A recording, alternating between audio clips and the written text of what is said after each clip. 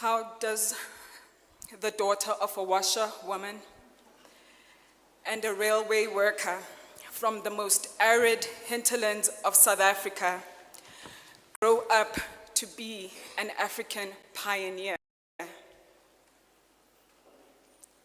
How do we measure her greatness when no one has ever measured how much a heart can hold? And how do we find language big enough to honor our beloved Justice Yvonne Mokgoro? Born on 19 October 1950 in Galeshewe Township, Kimberley, Northern Cape, as the second of Joseph and Khoitsimang Baffel's 9 children. In their home, they lived by the words of always do your best, always be yourself, and always work hard. These words became the wisdom that defined her unprecedented journey, an unfathomable journey even for the most wildly optimistic. Justice Mokgoro's mother worked for a white family in the suburbs. She used to tell the story that around 16 years old, after doing her homework, she would venture into this other world where white people lived, where they lived more richer, better, and more abundantly. There, she would help her mother finish the washing and the ironing. It is this experience that awakened a lifelong search to the answer for the hard question of why do they live like this and we do not? Encouraging their daughter's clear-eyedness for truth, her parents were honest about the dichotomy between blacks and whites in apartheid South Africa.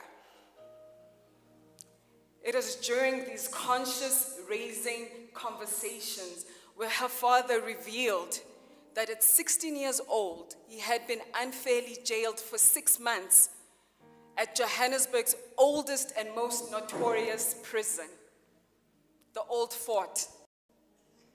They couldn't have known that years later, Justice Mokgoro and 10 others appointed by President Nelson Mandela would convert that prison into the home of democratic South Africa's highest court. Justice Mokgoro matriculated at St. Boniface High School in 1970, after which she enrolled for a teaching degree at the University of Bophuthatswana, now Northwest University. Her matriculation and university enrollment were the first in her family, the first of significant firsts to come. It would be her undoubting innate sense of justice that would propel her towards a career in law. In 1970, she was arrested for objecting to the unfair arrest of a young black man by the apartheid police. She was just passing by, but she made the life-altering decision to stop and to intercede on behalf of this young man. And for that, she found herself in the back of a police van. It is the Pan-Africanist leader and lawyer, Robert Sobukwe, who had been banished to Galeshewe after his release from Robben Island, who secured her release from jail. As lawyer and client walked home, a young Justice Mokgoro was frustrated at the lack of lawyers in her community. She said to her elder, "Where are the lawyers? Where are the men? Even the ones who are off to study at Fort Hare, they're not studying law." Sobukwe looked at her and said, no. Do not ask where are the men. Where are the women? There is no law preventing women from studying law. Let's try with you. Let's start with you. It was that response and challenge that redirected Justice Mokgoro's life, forgoing teaching and instead pursuing her LLB and LLM degrees at the University of Bophuthatswana. Thereafter, she was appointed as a maintenance officer and public prosecutor in the Mabato Magistrates Court. Despite her demanding career, the role of mother and her commitment to her family was central to her life. Together with her husband, Job Mokgoro, whom she married in 1970, they nurtured a family together for 40 years. Her parenting, not only of her 5 children, but children from extended family, revolved around the ideas of justice and integrity, the same ideals she upheld in her work. Her enduring legacy, her ability to care for her work and for her family with an unparalleled grace, illustrating that one's commitment to justice starts at home. Justice Mokgoro returned to her desire to teach when she was appointed as a lecturer in the University of Bophuthatswana's law school. In 1990, she made the difficult decision to leave her young family and her work to pursue another LLM at the University of Pennsylvania in the United States. Upon her return, she could not have anticipated the burgeoning horizon, not just of her country, but of her own life. The Constitutional Court of South Africa was established by the Interim Constitution of 1993, a product of almost impossible negotiations between the apartheid regime and the liberation movement. The wisdom was that if South Africa is to change, it needs a new court untainted by history. This constitution took us to our historic elections in 1994. Following Nelson Mandela's election as president, one of his first duties was the appointment of the first 11 people to fill the seats of the new court, the guardian of a new South Africa. At the time, out of nearly 150 judges, only 1 was a woman and only 2 were people of color. There was no black African woman in South Africa's judiciary. Justice Mokgoro admitted to an initial reluctance when her colleagues proposed nominating her to the court. Fortunately for us, fortunately for history, she relented when a persistent colleague echoed the same sentiments of Sobukwe years earlier. No, no, no, we have to start with you.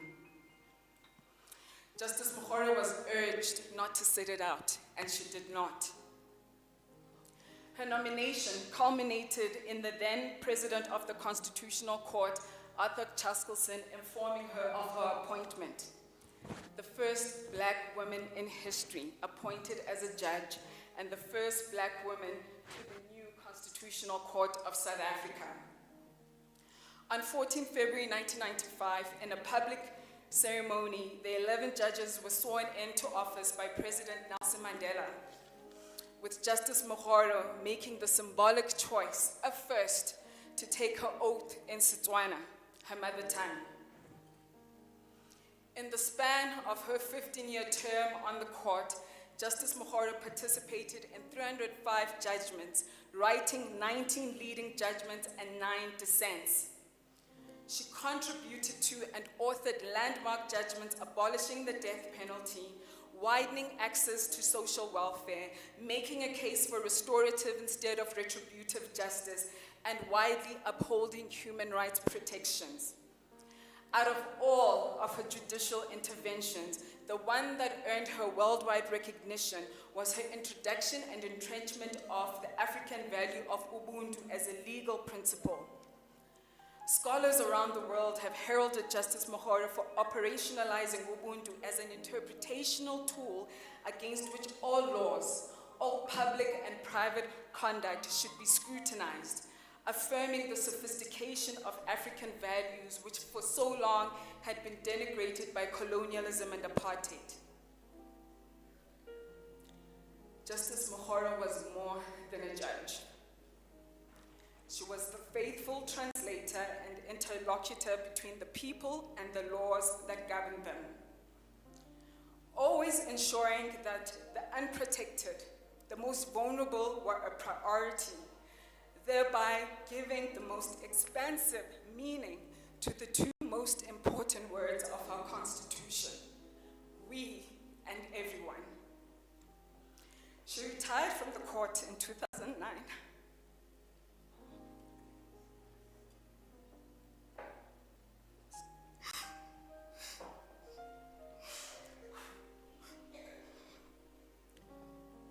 Although she was no longer on the bench, she did not retire from her life of purpose.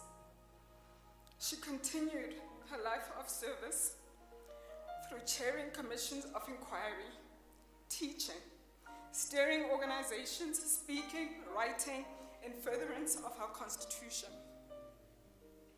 Throughout her career of close to 40 years, she empowered generations of South African women and beyond.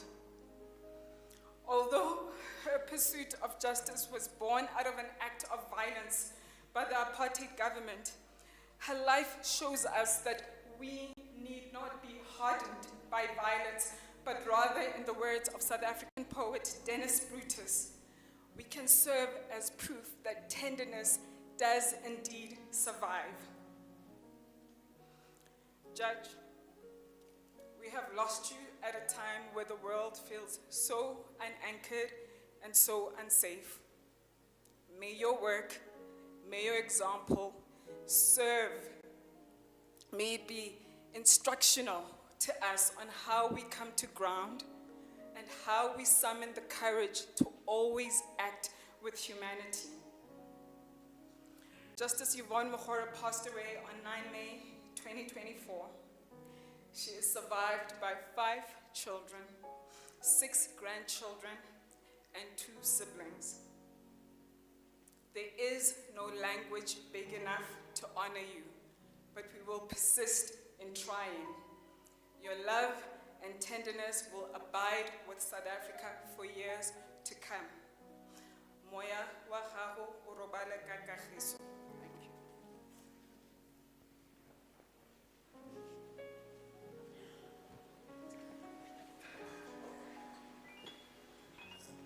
Thank you very much for the obituary. We will now receive a musical tribute from the Tshwane Gospel Choir, Kisikile Ki Jesu, and then Justice Theron will come thereafter. Thank you. Ki siki lwenki Jesu ki dutsi hoe henam fu bensan haika cheno ki yalha tulu ki siki lweke cheso ki siki lweke cheso ki tutsi wiyena tutsi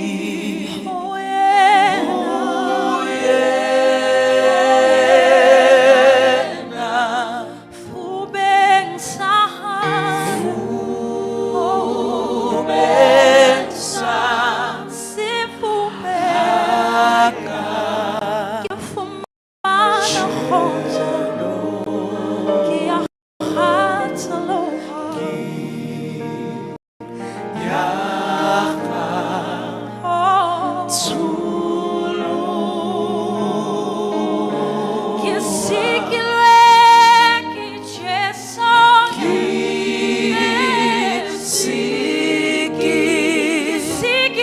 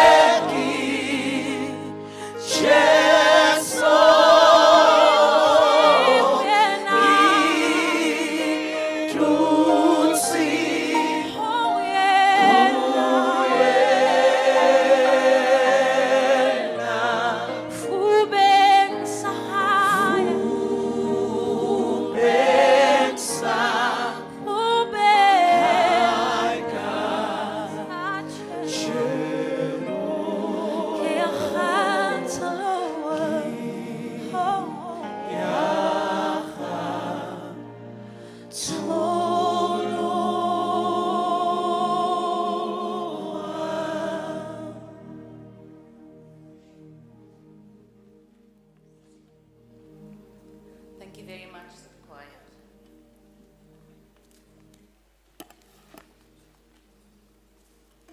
To the Mokgoro family, President Ramaphosa, Chief Justice of the Republic of South Africa, the Speaker of the National Assembly, the Deputy Chief Justice of the Republic of South Africa, Premier of Gauteng Province, Honorable Ministers present, Deputy Ministers, MECs, my colleagues from the judiciary and the legal fraternity, members of parliament, members of the diplomatic corps, executive mayors and mayors, leaders of political parties, religious leaders, leaders in the business sector, ladies and gentlemen, good morning.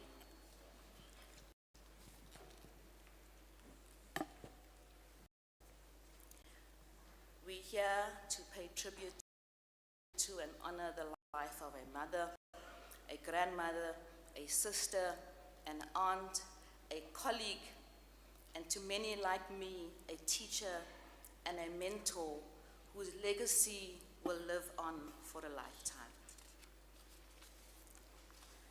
We know Justice Mokgoro was passionate about human rights. She was passionate about the rights of the vulnerable. And I will call upon Mr. Mark Haywood, who has worked with her for more than 20 years in this field of where she was able to express her care and make an improvement in our society. Mr. Mark Haywood, please.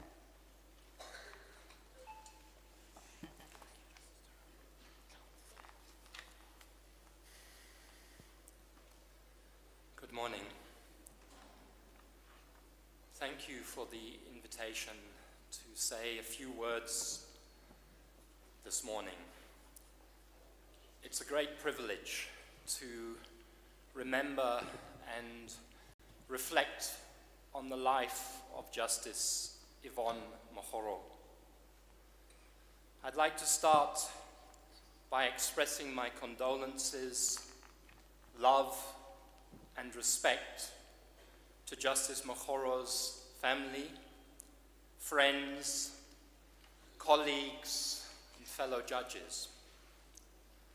I wish I could say that I had been a close friend or colleague of Yvonne's, but I was only an acquaintance.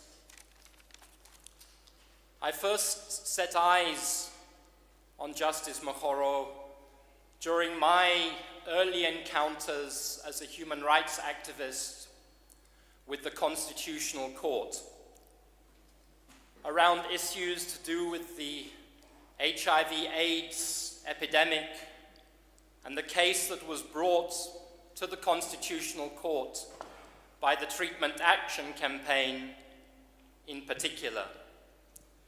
That was in 2002. Even then, her compassion for the most marginalized and discriminated was evident just seeing her sitting on the bench. I can still picture the way Justice Mokgoro would sit in court. Even at a distance, you could see her eyes ablaze, a sense of concern emanating from her bodily posture and her constant attentiveness to the issues before her.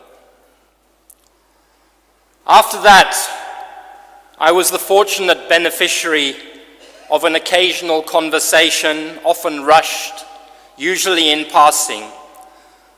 But during and after every meeting, I felt her warmth, I felt her greatness, and I felt that I had been in the presence of a wonderful human and South African.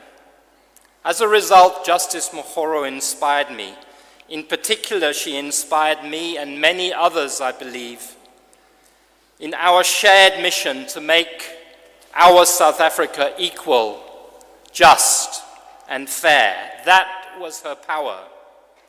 It was a rare power that came from beauty, humility, and a gentle but infectious cordiality.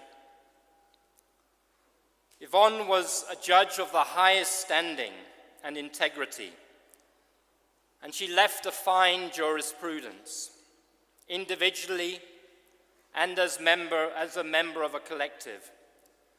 However, my sense of what marked her out was not just her fine judicial reasoning, but that for her the South African Constitution was an instruction not just about law, but about life and about living. The Constitution was an ethical code, and it was an ethical code that she lived. My views are shared by everybody else who knew and worked with her.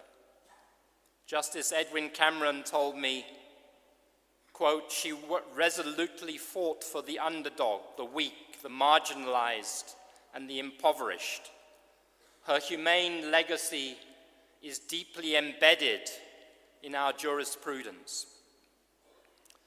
Professor Thuli Madonsela said to me, "She's credited with having convinced the majority of her Constitutional Court colleagues to embrace Ubuntu as implicit in the value of human dignity in the death penalty abolishing case known as State v. Makwanyane. In her personal interactions, she epitomized Ubuntu in the ways she looks out for all, particularly those who are marginalized." Yvonne Mokgoro was a wonderful black South African woman, amongst the greatest. Her life was rich, meaningful, accomplished, and full of good purpose. She kept her humanity and her human touch, her care and her compassion, even when she was elevated to the greatest heights of responsibility in society. At a time when human rights are under threat across the globe, at a time when public leadership is often associated with dishonesty, with division, with hatred, with deceit, I believe that the best tribute we can pay to Justice Yvonne Mokgoro is to seek to live up to her values, her vision, and to work as hard as we can to keep hope and the constitutional promise alive. Yvonne, Justice Mokgoro, thank you. I will certainly strive to do that. Thank you.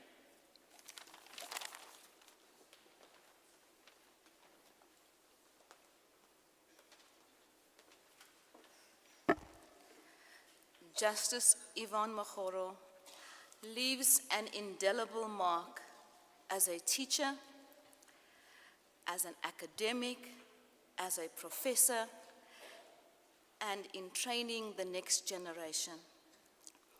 She spoke at the Salt Plaatjes University's Women's Month. She delivered a lecture there in 2022.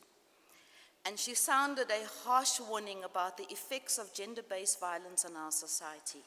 And I quote, she said, "If we don't wake up as a nation and rid ourselves of the attitude and tendency that allows us to kill women and children, exploiting their vulnerability as we please and because we can, we will miss the boat and the opportunity to reach our full potential and take our rightful place among the nations of the world."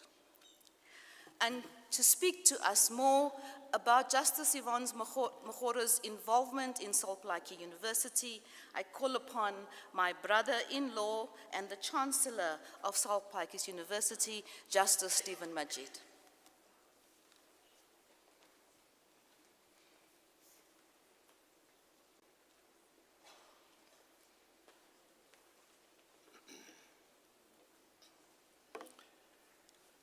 Thank you. Program Directors, Minister Lamola and Justice Theron, members of the Mokgoro family, His Excellency, the President of the Republic of South Africa, President Ramaphosa, Honorable Chief Justice of the Republic of South Africa, Justice Raymond Zondo, Deputy Chief Justice of South Africa, Justice Mandisa Maya, Cabinet Ministers present here and all other Deputy Ministers, Speaker of the National Assembly and members of the Legislature, my colleagues in the judiciary, including many of our retired colleagues, ladies and gentlemen, I deliver this short tribute on behalf of the entire Solplaatje University community in Kimberley. Two seminal features of her life coalesced when Justice Yvonne Jennifer Mokgoro became the chairperson of the inaugural council of the fledgling SPU, as we call Solplaatje University for short, in 2014. Those were her passion for education and her love for Kimberley and the Northern Cape. And I saw in the program, the Northern Cape is called the arid hinterland and the neglected outback. But Yvonne and I love that place, and we still do. I became chancellor of that institution in 2015, a position I still hold. The two of us, both children of the Northern Cape, regularly work together in our respective capacities. I only, of course, in a purely ceremonial position, but hers as the leader of the highest authority at SPU. As she did in all tasks allocated to her, Justice Mokgoro served SPU with irrepressible verve and vigor and unwavering commitment and passion. She was council chairperson for just short of 7 years, and those were the most challenging years of SPU's young existence as it sought to make its way in the big, exacting world of tertiary education. That inaugural council with Justice Mokgoro at the helm laid a solid foundation of sound governance with exemplary leadership and stewardship of tremendous rectitude. She had a very keen sense of the delicate relationship between council as a governance structure and the operational responsibilities of executive management at a university. While there appear to be many today in higher education institutions who do not quite get this balance right, Justice Mokgoro, leading the council, was committed to unblemished governance and was able to hold executive management to full and proper account as a council at the university's duty bound. At the same time, though, she also provided quiet and unwavering support to the Vice-Chancellor when it was needed for the operational effectiveness of SPU. The laudable foundation of good corporate governance driven by Justice Mokgoro and the Council was complemented by the sterling leadership of SPU's first Vice-Chancellor, Professor Yunus Balim, who is with us today, a civil engineer and former Deputy Vice-Chancellor at Wits University, whose speciality is cement and who is an acknowledged expert in higher education. The two of them were a formidable combination. One of our apex court's pioneers and a globally recognized constitutional lawyer and human rights activist, together with a world-renowned cement specialist and acknowledged higher education expert.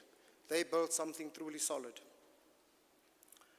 On behalf of the entire SPU community, permit me to salute a great educationalist, lawyer, and patriot who leaves an enormous and enduring legacy of selfless, solicitous service.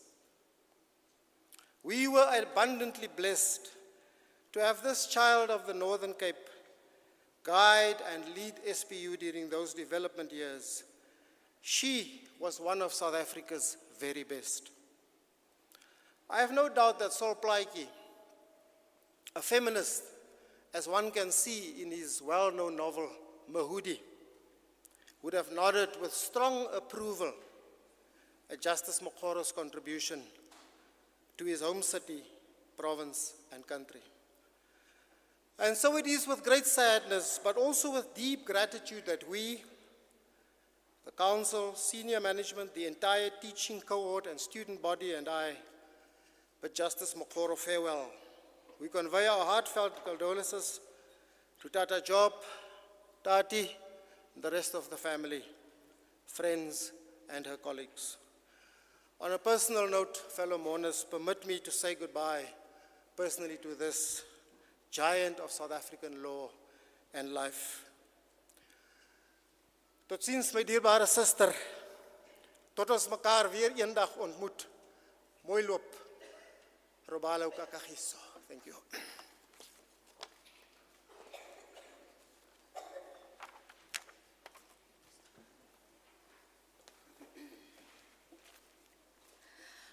We know that Justice Mokgoro was passionate about human rights, especially the empowerment of women and the protection of children. In a landmark judgment of Bantine versus Bantine, she said that the judiciary must endeavor to secure for vulnerable children and disempowered women that they receive their maintenance. She said the enforcement of maintenance secures not only the rights of women, but upholds the dignity of women and promotes the foundational values of achieving equality and non-sexism. And it is appropriate for me to call to the podium at this stage Ms. Nana Magamola, and to talk about her work with Justice Mokgoro at the Nelson Mandela Foundation.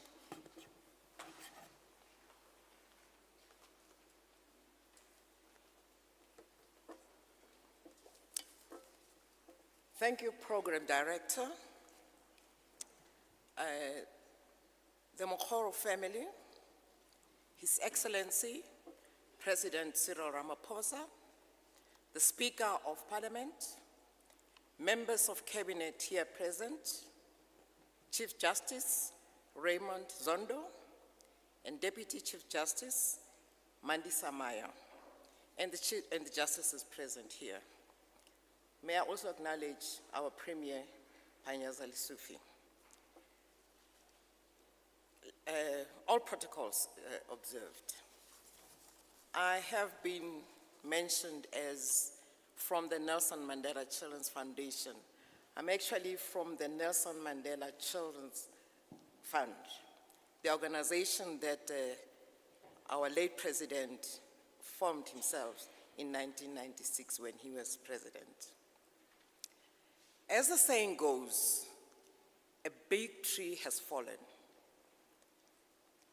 The news of Justice Mokgoro's accident in April 2023 shattered our world, and we all prayed very hard, hoping that she will recover very soon. Unfortunately, this was not to be, because God had other plans for our beloved one.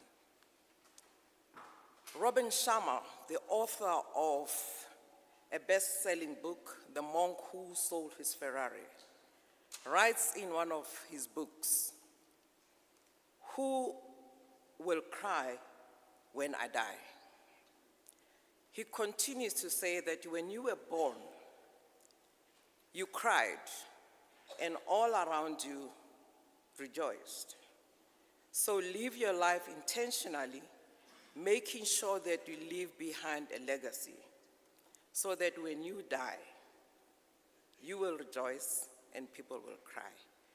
I guess I can ask a question, who will cry when we die?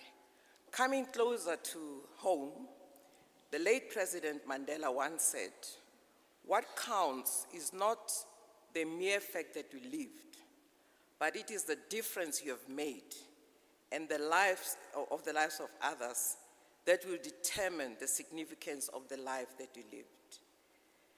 I believe I can say without doubt that all of us gathered here appreciate that Justice Mokgoro has had a significant impact, leaving behind huge footprints and a great legacy. In trying to understand how Justice Mokgoro's colleagues felt about her, I thought, let me check with some of the people that she worked with. To paraphrase the description, here is what they had to say. Justice Mokgoro not only articulated Ubuntu in her court judgments, but she actually lived it. She had compassion, respect for human dignity of everyone that she came into contact with. She exhibited humanity and morality. She was not only a great judge, but she was a humble and down-to-earth person who exuded warmth and love.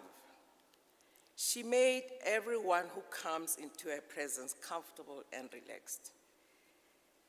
Yvonne had a calming effect on those she worked with and those that she associated with.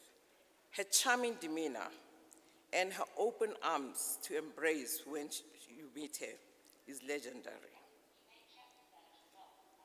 May I plead with the family and colleagues and friends to remember not only how she passed away, but rather to let our minds remember forever how she lived. The memories that she has left, that she left behind, the love, the care, diligence, and her sense of duty and purpose. Her legacy at the Children's Fund came this way. When the erstwhile chair of the fund, former Deputy Chief Justice Moseneke, retired in 2009, we found ourselves in a quandary to find a successor of equal substance. Remember, Justice Moseneke had been with the fund from inception, and a candidate that was to follow her should be the one that will ensure that Madiba's vision will continue. Amongst the candidates that came that were presented to us was the name of Justice Mokgoro. And I can say that the decision to have her as a successor to former Deputy Chief Justice Moseneke was very easy. Justice Mokgoro took over as chairperson in 2009, and the transitioning of the leadership of the fund from Moseneke was seamless because Mokgoro shared the same values as the founder, the late President Mandela, and of course, the now exiting chair. She continued with Madiba's vision for the fund, that is to change the way society treats its children. Madiba very often reminded us that children are not small adults. They are children, and they should be allowed to live like children, enjoy life as children. The second most important legacy that Yvonne left was to ensure that the fund makes President Mandela's children of building a children's hospital a reality. Under her leadership, the fund made the biggest investment to kickstart the building of the Nelson Mandela Children's Hospital. With time, up to 1 billion rand was raised to build the now current state-of-the-art children's hospital, making sure that our founder's dream is realized. The journey to raise funds was long, tedious, challenging, but in December 2016, on the 3rd anniversary of President Mandela's passing, the groundbreaking hospital was launched, and the first patient was admitted in 2017.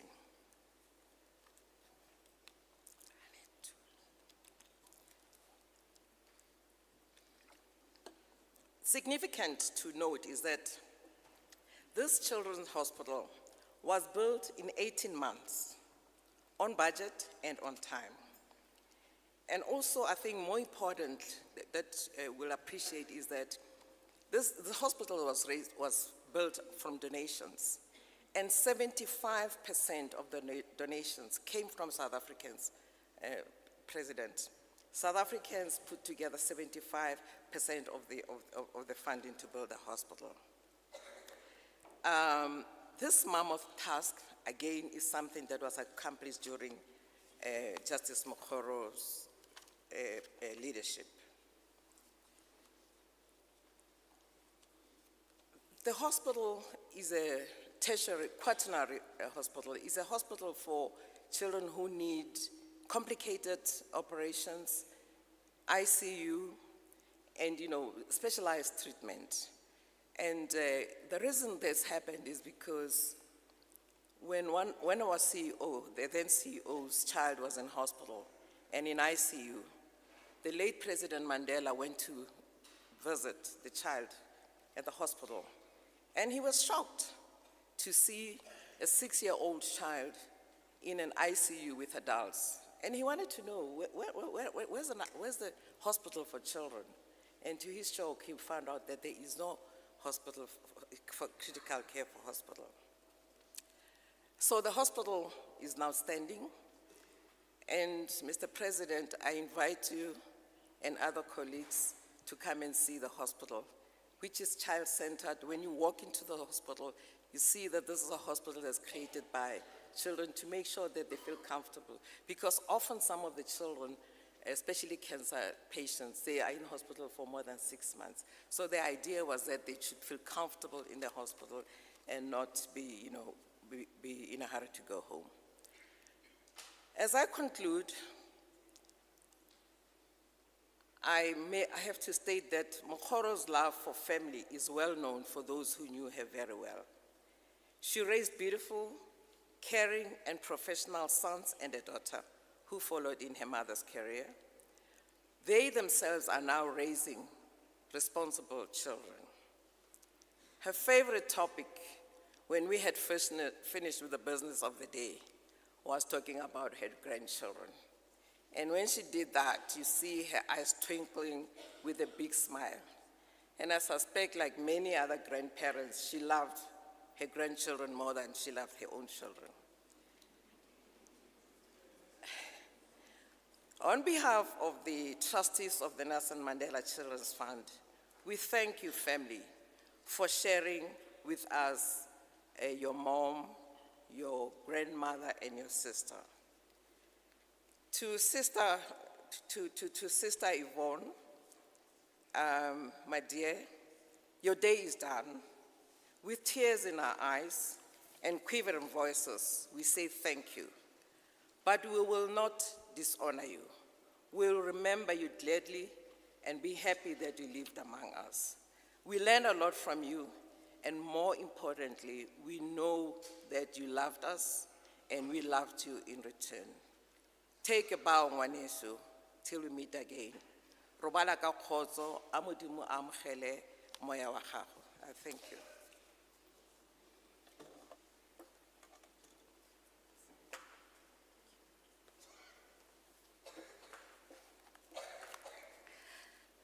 "35 years ago, fate and destiny brought 3 women together. Justice Yvonne Mokgoro, the Deputy Chief Justice Mandisa Maya, and myself. We left South Africa to pursue for Deputy Chief Justice Maya and myself. It was our first master's degree. Justice Yvonne was her second. She was married, she had children. Her last born was about 2 years old at the time. So from that time is when Justice Mokgoro took Justice Maya and myself under her wing. And she would be smiling broadly after the events that played out at the JSC in this week. When she spoke at Salt Lake University, and even though we were her juniors, she always held us high. She spoke about women judges at the Salt Lake University in 2022. And she says, when it comes to addressing questions about women's leadership, it is the advancement and development of women that determines the level of any society, the level of development of any society. Nothing is more convincing that women are more capable and competent to join the judiciary than having a woman Deputy Chief Justice in a leadership position. And she referred to what Justice Meyer said at her interview. I'm not good because I'm a woman. I'm just a good woman judge. And while I invite Justice Meyer to come, I will conclude by saying, I know there are many that will agree with me that Justice Mokgoro was not just a good woman judge. She was one of the greatest jurists that this country has produced. And on that note, I invite Deputy Chief Justice Meyer to come to the podium and deliver a tribute from the legal fraternity.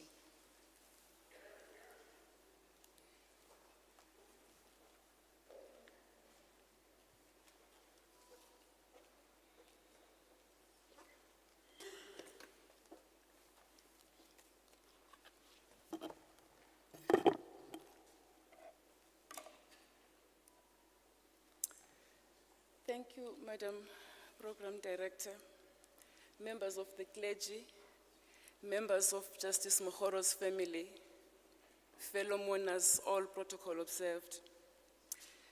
Good morning.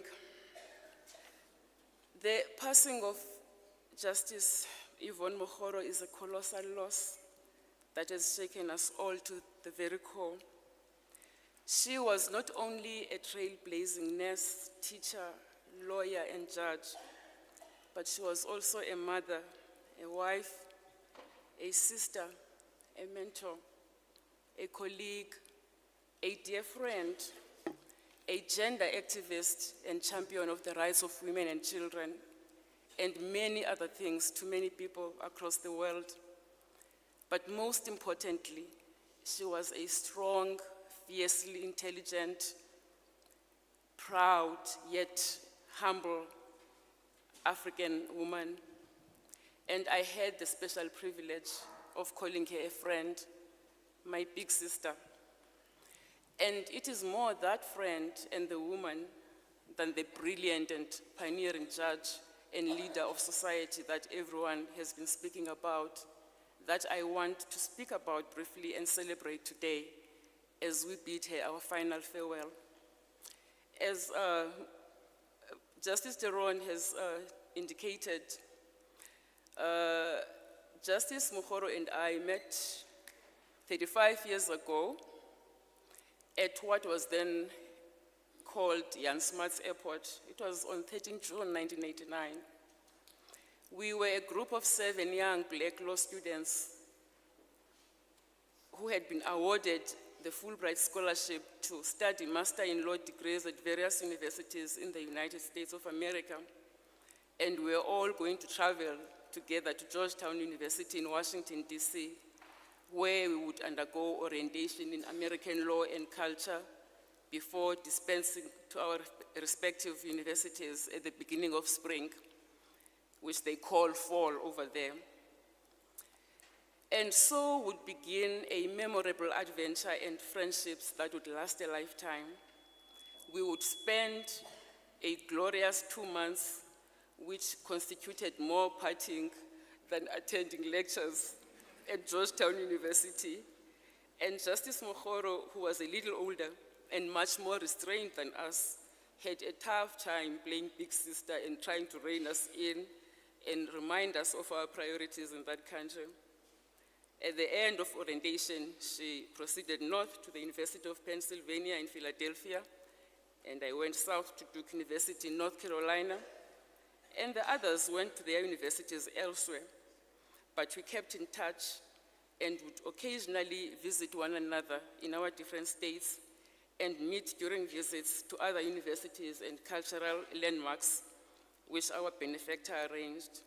And Justice Mokgoro would always be at the center of those get-togethers, making sure that everybody was safe and well taken care of. There is a belief in society that smart women do not particularly care about beauty and fashion, but that did not apply to this dear lady. Justice Mokgoro was style, grace, and health personified, and strutted in high heels and sported this glorious afro like a young lioness until a very last day in her 70s. One memorable highlight of my visits to her in Philadelphia was a trip that she and a couple of South African friends arranged to take me shopping to a famous landmark clothes factory in major US cities called Filene's Basement. Those who love clothes will have heard about that factory. It sells slightly soiled, high-end clothing at bargain prices. So Justice Mokgoro had warned me to save hard on my stipend for that trip, which I did. And we ended up buying tons of cheap designer clothes, which gave us immense guilty pleasure that we would speak of into our old age. But whilst we all had busy and exciting schedules, it was still a very lonely and strange experience, as it was the first time away from the continent for most of us. I had serious bouts of homesickness that threatened to disrupt my program, but could not afford to visit home. True to her kind nature, once Justice Mokgoro learned of my struggles, she made a point of phoning me and checking on me at least once every week during that entire year to make sure that I was fine. And she also visited me in North Carolina for good measure. Yet, she was not having it easy herself. It was a tremendous sacrifice for her to have left her young children and husband back home for an extended period. But she had a burning desire, this burning ambition to improve herself, not just for herself, but for her children and country too.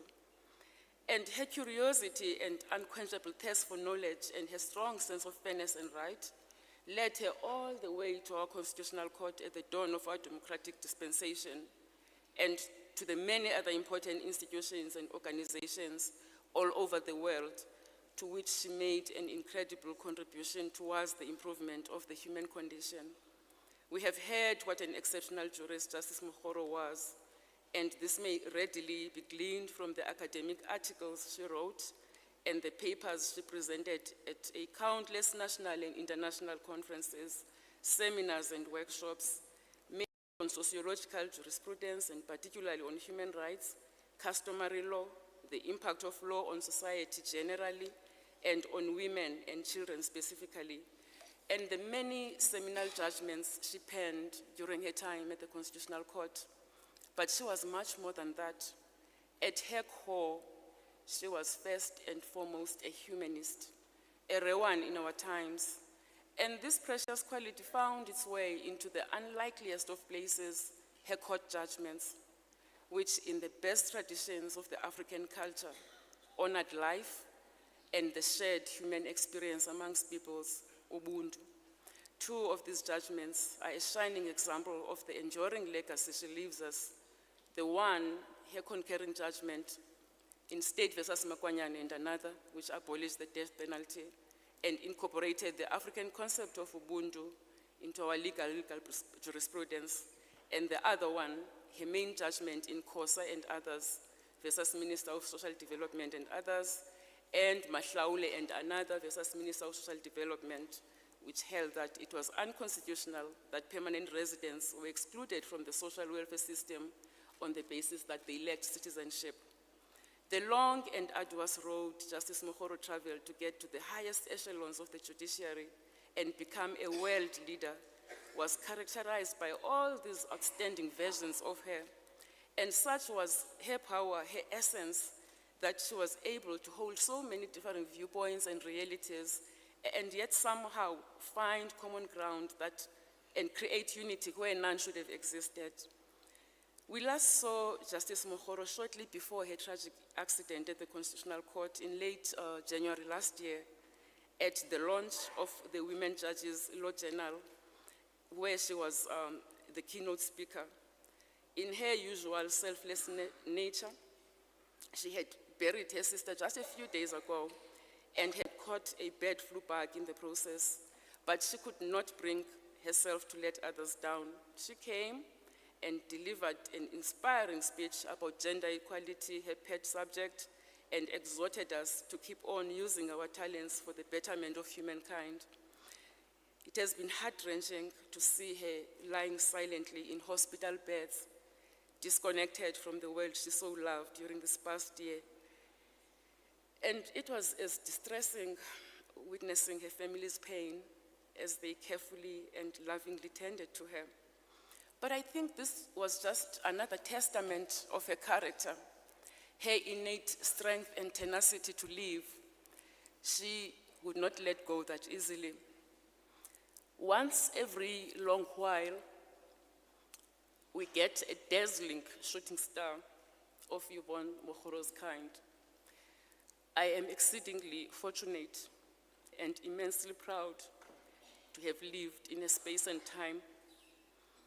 We will always remember this petite giant for her warmth, kindness, humility, her calm and graceful ways, her sharp brilliance, vivaciousness, her wish for everyone in the world to do well, and her hate for injustice and inequality. And we will sorely miss her laughter that came from the pit of her stomach and her twinkling eyes. On behalf of the South African legal community, we thank her family for generously sharing her with us, and we wish them God's strength and comfort during this sad time. To you, my dear sister, rest well until we meet again. Thank you.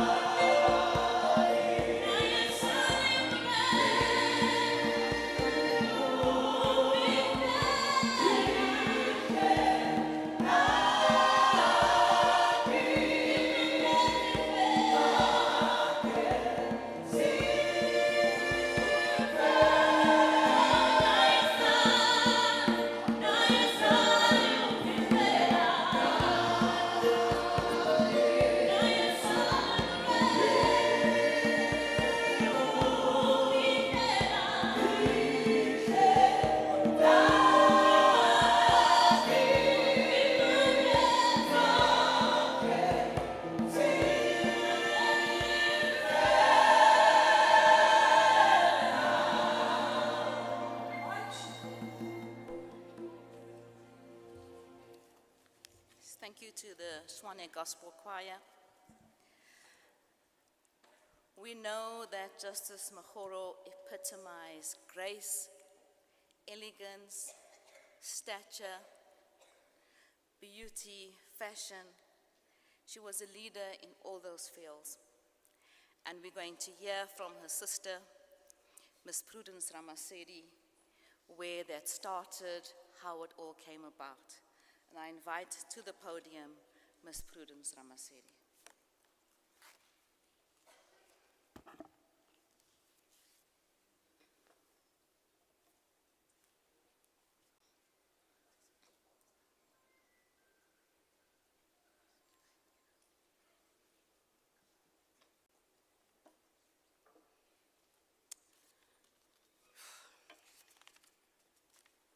Good morning, everybody.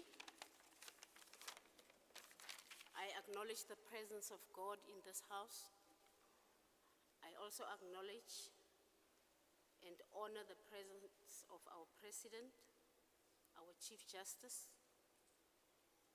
all prominent people in this house, every lady, every gentleman. The family wants to say thank you for your presence.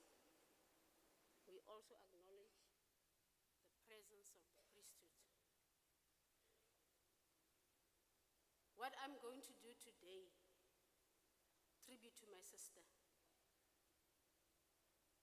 is one of the easiest thing I could ever have done in my life because of what she has been for me and all her siblings.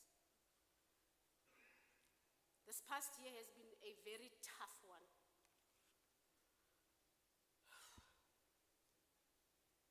And when I say tough, I mean tough.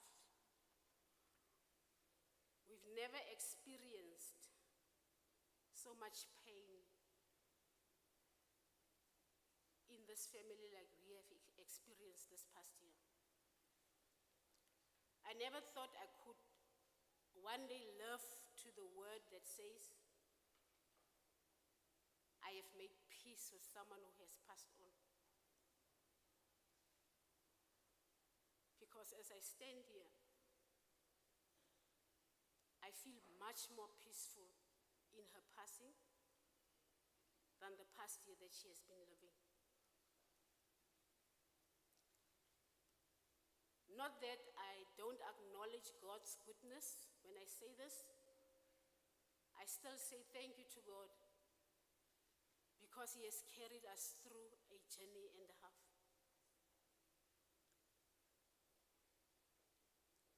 Yvonne is the third born of the Buffalo family, in the Buffalo family. Many things she's the second born, but she's not. Our first born sister died when all of us were not yet on earth. My second eldest sister was 4 months old when our eldest sister died at the age of 4. So many people don't know her. That is why they think Aus Yvonne is the second born. She's actually the third born. In our home, like we have previously heard, we were raised with a very important moral, a very important statute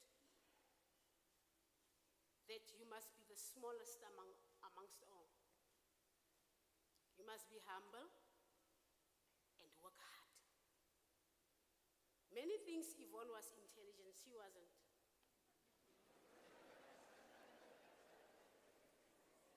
She was only hardworking. That is why she has achieved what she has achieved now. Shame she was, if I have to say it, and I'm sorry to say it, no offense, please take no offense. She was one of the dumbest. Comparatively speaking, within the family.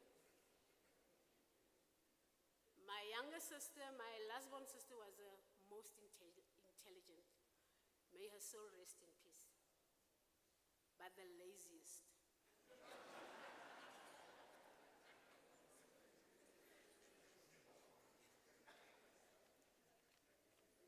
scripture is teaching us, I'm so sorry for that. Scripture is teaching us in James chapter 4 verse 10,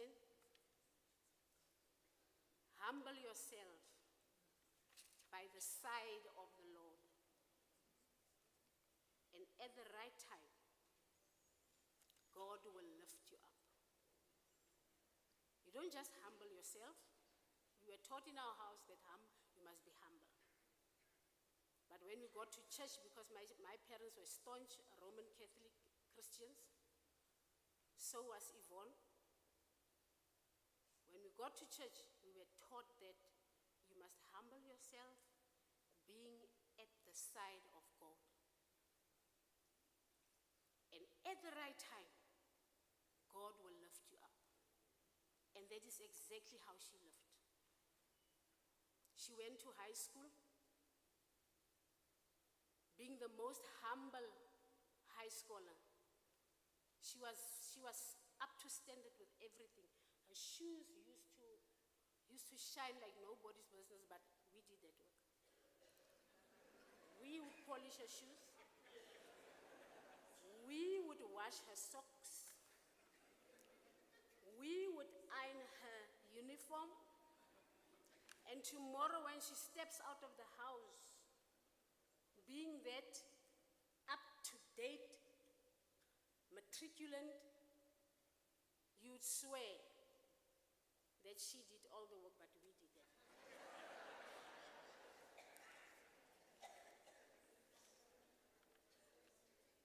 I remember when she was in matric, I was in grade, what they call grade 7 now, but it was standard 5 at that time. I was very naughty at school. Every time the elders would be called to school for my notoriousness. So one day my teacher decided to call her to my class and come and gave her the complaint. And when the teacher realized, Hore, Kanti, Yvonne is your sister. The teacher told me, you know what? I never knew that you were the Buffels from Jala Street. Jala Street is a street where we used to live. I didn't know that you were Maggie and Dougie's child. That's my mother and my father. And I want to tell you now, you are busy degrading what we believe is that family is all about. So stop it right now. When my sister stepped in, well, in those days, the teachers didn't have a staff room or offices where they would talk to parents or things. Ne? They would come to class. And when my classmates saw that, oh, Yvonne is my sister, I got a name in the school. Kanti Yvonne I said, yes. No, hey, I'm your friend from today. I became famous. I learned then, also from my teachers, that I need to behave and keep up the baton that my mother and father was carrying. Yvonne was a nurturer. Yvonne was a caregiver. Yvonne was a breadwinner. Black taxi in Ijuamu.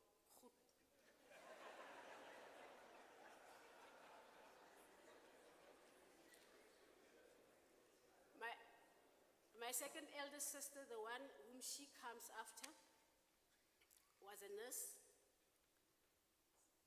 And then she started by working as a general laborer before she went to school. Took very long to achieve her career. All her peers had already qualified. She came afterwards, like I told you. If she was intelligent, she would have studied in record time.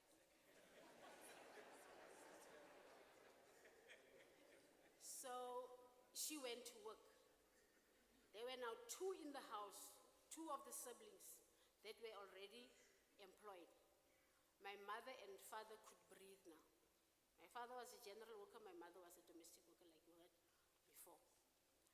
My mother and father could breathe because they contributed into raising us now, the ones that comes afterwards.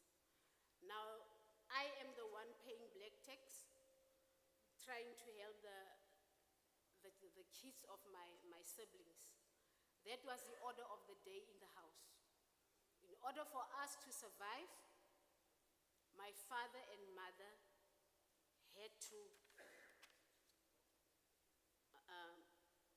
get help from them to raise us. And that is how we survived, though our family was so huge. She used to tell us, don't forget what Ma and Pa taught us. Work hard in order to achieve in life. She told us there's no person under the sun, no person under the sun who cannot achieve. Everyone can achieve. It doesn't matter whether you achieve lowly or highly. The point must be to achieve. One day, when you look back, you must tell yourself, I was there, but now I am here. Don't ever think it's only when you are a chief justice or you are a president in the land that you have achieved. It's not the ultimate things that makes you to see that you have achieved. Moving from point A to point B is an achievement. And that encourages you in life to go on. I want to tell Yvonne, we used to call her C in the house, from Sisi. Sisi is an elder sister. Before she could become an icon outside, a giant of an icon, before she could be an iconic figure outside, she was a daughter in a house. She was a wife in a home. She was a mother. She was a sister. She was a grandmother, an aunt. And whatever you saw in Yvonne, all of you seated here, whatever you saw in her is what she has learned at home. And all of us are like that. You wouldn't tell when she is herself. We were taught to be yourself, humble, and work hard. Whenever she is herself, you wouldn't say she's a judge.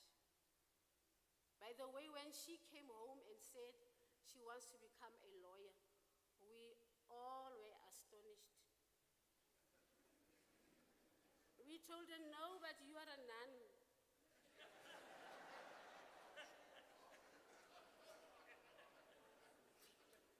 We see nun in you, and also she had mentioned it once that she wants to be a nun because she was very soft-spoken, and even her steps that she takes is of the softest. Very humble. We called her the Piperach one. Mr. President would understand what I mean by Piperach because he speaks Afrikaans very well. He was a soft one that would get hurt very easily. It's only the cruelest of cruels that would hurt her. But if you know her and you know what kind of person she is, you would never want to hurt her. That is what she was. Now here she comes home, I want to be a lawyer, a lichmon. In our eyes, a lawyer was somebody who lies like nobody's business.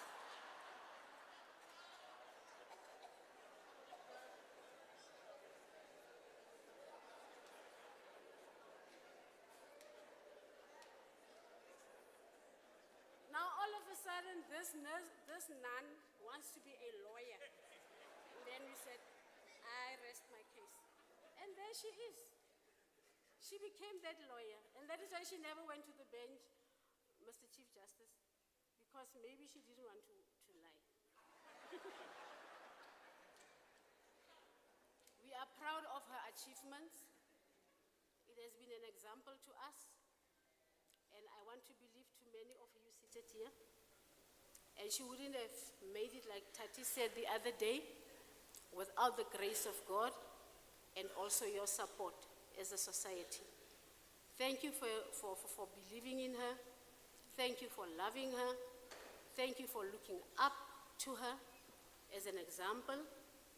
And I want to ask all the people that she has mentored to please mentor us further in order for us to make her legacy live on. Thank you very much.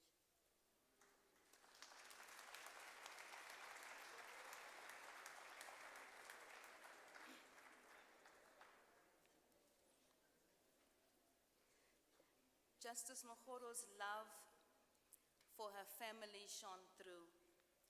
I recall shortly before I became a mother-in-law, I spoke to her about being a mother-in-law, and she says, "Ooh, I have a wonderful relationship with my daughters-in-law.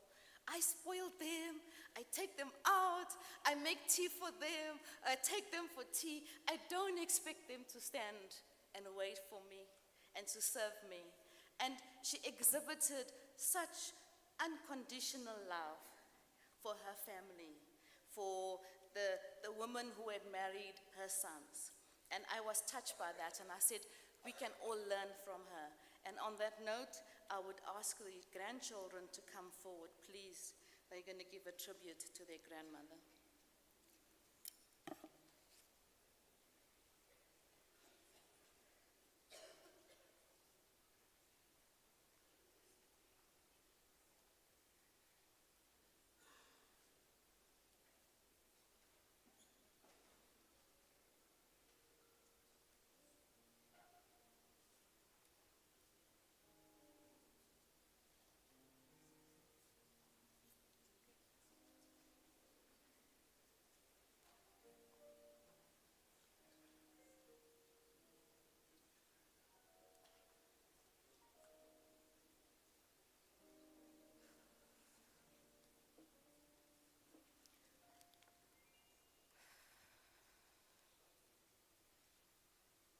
Good morning, everybody.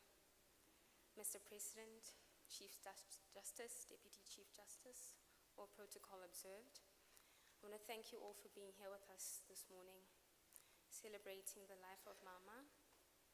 I know you share this loss with us.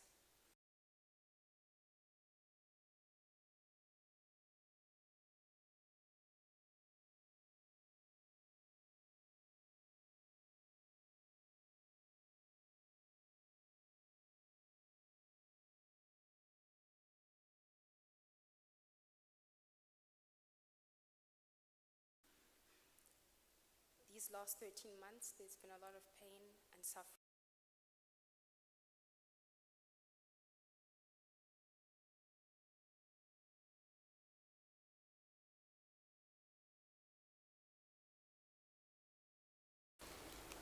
Say a final goodbye to Mama. I called her Mavon. Mavon, I said the other day that I couldn't and haven't ever imagined existence without you. You were so full of life, so youthful, had so much energy that it was impossible to see the end of life for you. It was definitely a massive shock when I saw your gray hair for the first time as you laid in the hospital bed. My mind short-circuited for a bit because, of course, at 73, one would have gray hair, but not you. I have said repeatedly that you ran your race and finished strong, and yours was a well and fully lived life. While it's true, it has been difficult to fully embrace it as a comforting thought it ought to be. Because the other truth is that you still had so much you wanted to give, so much you wanted to share, so much of the world you still wanted to see, and so much more time that you wanted to spend with your loved ones. You knew that we needed you still, so you held on, fighting till the very end, like the true fighter you are and have always been. I wish I could go back in time, to a time when you were still here, before we had to serenade you with Anita Baker and Bach, weren't in and out of hospital, weren't on that road that night, were simply existing in your element, enjoying your garden, sharing pictures of the flowers, cooking in your kitchen and making the best gravy, sharing recipes and dishes you've been experimenting with, our video calls in our respective gardens, your precious laugh and smile, how you'd beam with endless joy that would spread to everyone in the room. These simple moments were most special. I want to thank you for being your full exemplary self, showing us what it means to lead and to fight for what you believe in, for staying true to yourself, for showing us what it means to live in your purpose, for being a grandmother, mother, and friend, special deluxe combo, all in one, for your unwavering support, for your love, for being there, for serving your country well. We are because you were. I bid you farewell, Ma. I'm proud to be yours. I'm proud of the legacy that you leave behind, which will live on through all of us whose lives you have touched. Know that you are loved and you always will be. Rest easy, knowing that you brought so much love and joy to us all, that you left the world a little better. You remain in our hearts forever.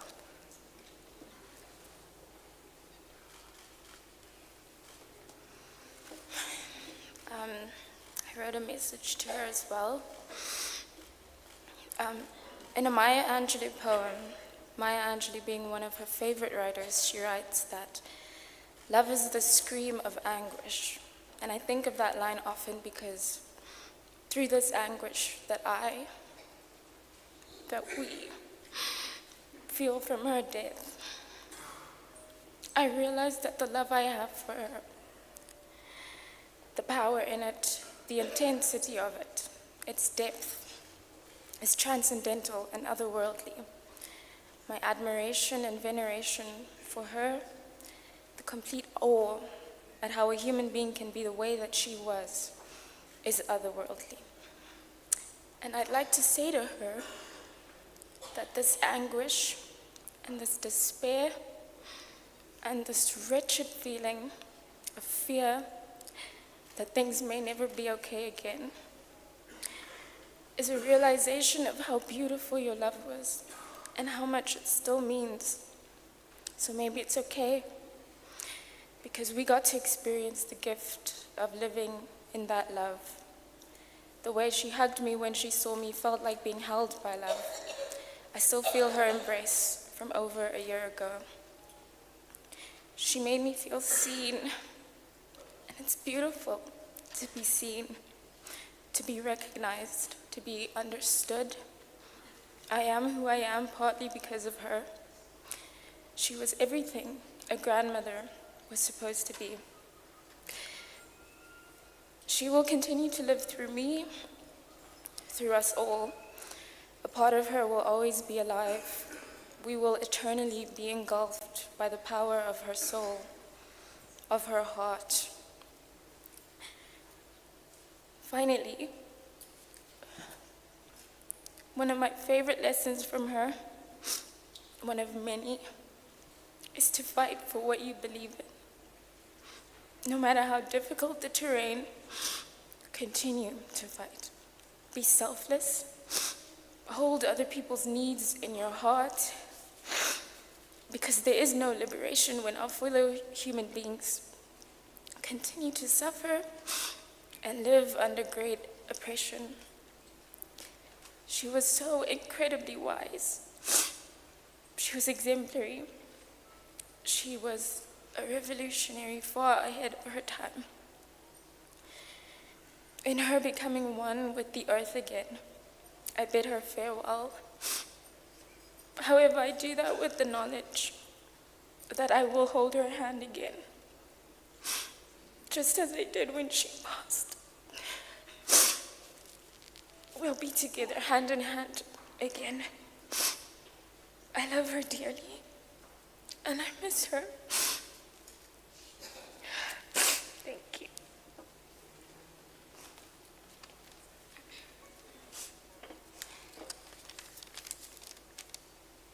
Good morning, everyone.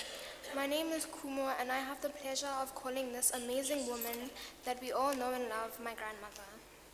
If there's one thing that I'm grateful for, it's the fact that I got to experience her unconditional love and her enticing spirits. If this speech was being made under different circumstances, and she was here to know how nervous I was to make it, she would give me a lecture and then say, Kumi, go out there and smash it like I know you can. And I would feel so much better. She had that kind of effect. Gogo loved lots of things. She loved music and books and dancing, but most of all, she loved the people around her. And there was never a time where this wasn't evident. Whenever we spent time together, I always enjoyed it, because days with her were filled with laughter and the most interesting stories. But most importantly, whenever we parted ways, I left with my heart feeling full. I wouldn't be the person standing before you today if it wasn't for her. And I go to bed better at night knowing that a little bit of her lies in all of us. Her smile rests in mine, and her spirit runs through our souls. This reminds me that even though she is not physically with us, she will always be part of us. It reminds me that she is never really far away, because her love is part of what keeps us going. Rest in peace, Gogo. We love you. Thank you.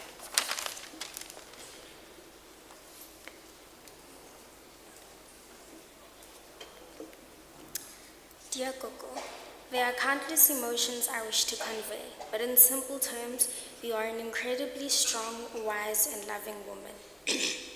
Your presence in my life has been valued, serving as my role model and a daily source of inspiration. Your encouragement has always pushed me to pursue my aspirations, for which I am endlessly grateful. One of the most meaningful times we spent together was when we had our heart-to-heart conversations, and you share your journey and the experiences that shaped the remarkable person you are today. My love for you knows no bounds, and your absence will be deeply felt. I hope to be as loving and nurturing a mother, grandmother, and role model as you have been. Now, as I say my final goodbyes, may you rest in peace, Gogo.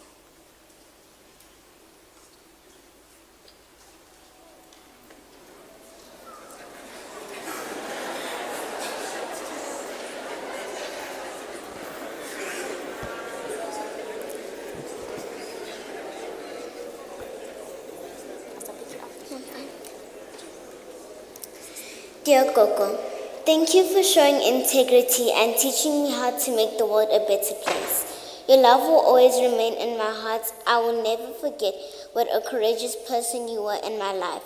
I hope you rest in peace. Lots of love from Rufense.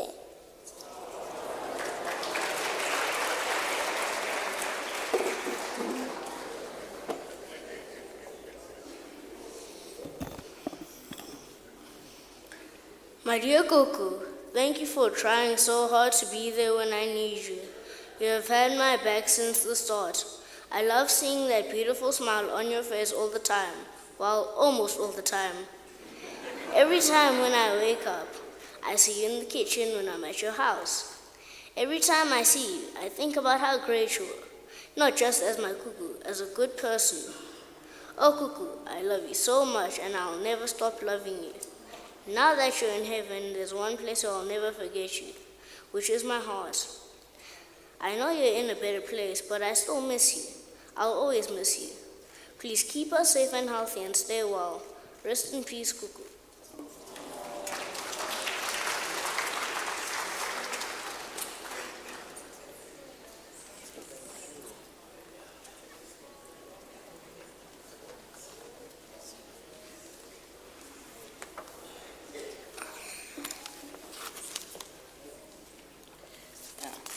Your Gogo has run the race. She has fought a good fight, and there's a crown in heaven waiting for her. As the Deputy Chief Justice said, one of the most difficult things that Justice Yvonne had to do was to leave her young family behind. And as I welcome Justice Yvonne's children to the podium, I want to do an adaptation of a poem by a poet that she loved, Maya Angelou. When great souls die, remember that after a while, peace will bloom. And after a while, we realize that because they existed, we can be. Because your mother existed, you can be. Because your mother existed, you can be better and you can do better, all because your mother existed. Please come to the podium.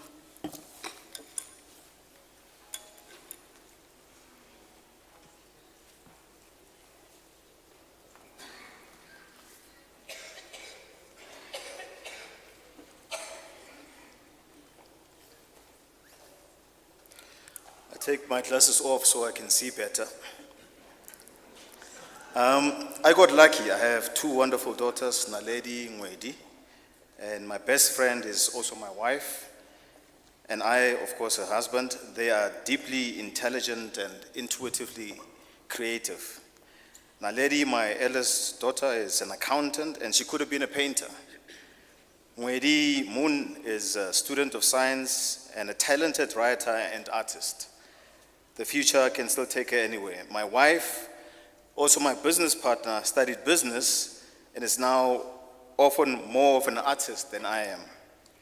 Mama taught us that you can be anything you want to be, and that whatever your dreams are, they are valid. She also taught us that there are as many valid templates for life as there are human lives. There is no one single truth. Every perspective, adequately supported, has a place. I got lucky. I married my mother, and she multiplied in my children. Thank you for the lessons and the gifts, Aunt Yvonne. Love you lots.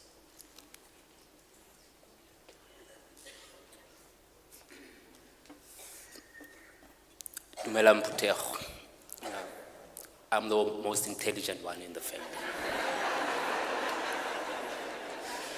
I'm also the hardest working one. Lots has been said about Mama over the last 14 days, it has been. It has actually been 14 days to this day. And I know lots are still going to be said about her. All fitting for a woman of her stature. But today, I want to say, Mama was a real mother. Mama has had this unshakable love for her children. Mama stood by us, she defended us, and at times, just a few times, you would say, when I was spoiled, but hey, she wanted to do it, so be it.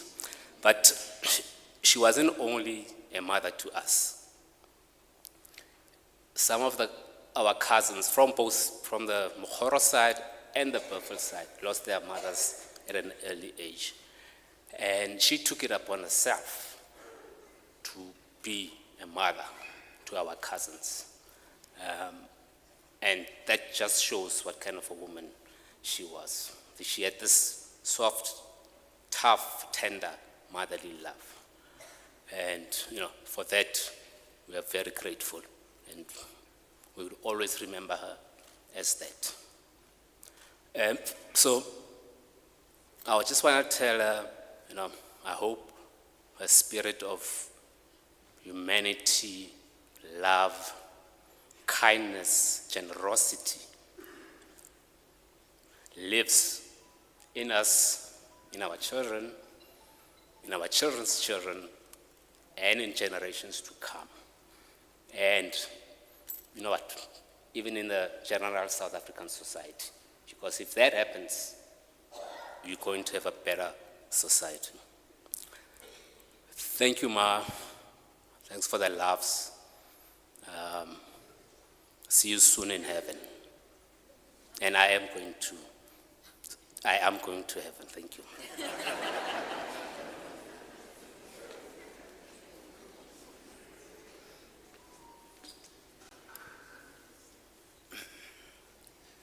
Mama, to have come from you is the greatest privilege. Nna, Lisina, will continue to raise our two daughters, re bone le re fentse, gore ba itse, ebile ba tlhaloganye, gore ba tswa kae. Thank you very much, Mama.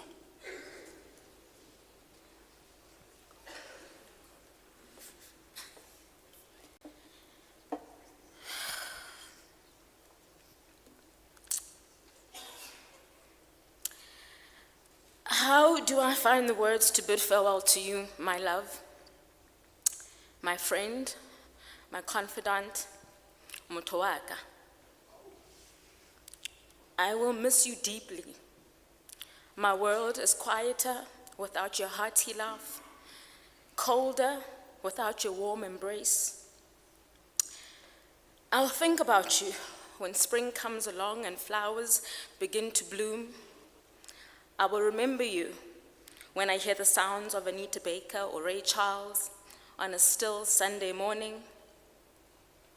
I will miss you when my son Zuko achieves something special at school and I want to share my pride with you.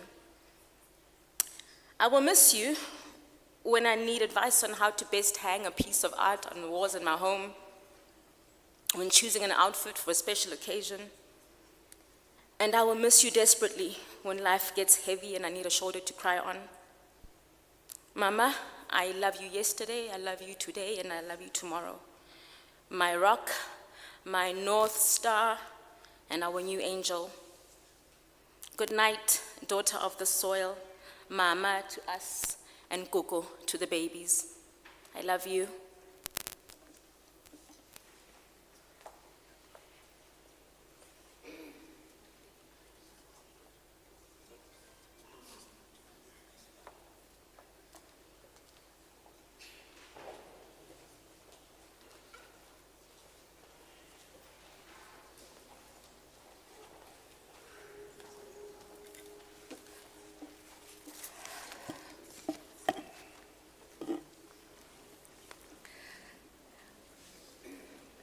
When great trees fall, rocks on distant hills shudder.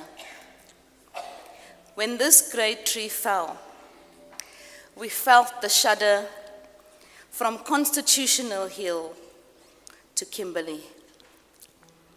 And it is appropriate at this stage to call the chief from Constitutional Hill. And it's my singular honor, ladies and gentlemen, to invite the Chief Justice of South Africa, the Honorable Justice Raymond Zondo, to come and address us. Sohlazi, as the name he likes.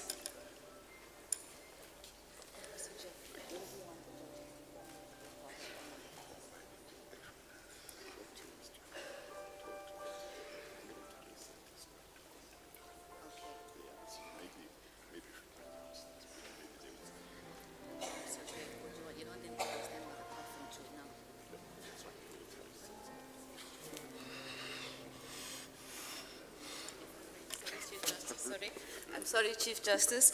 And after that, I will hand over to my co-program director, Minister of Justice, Mr. Lamola.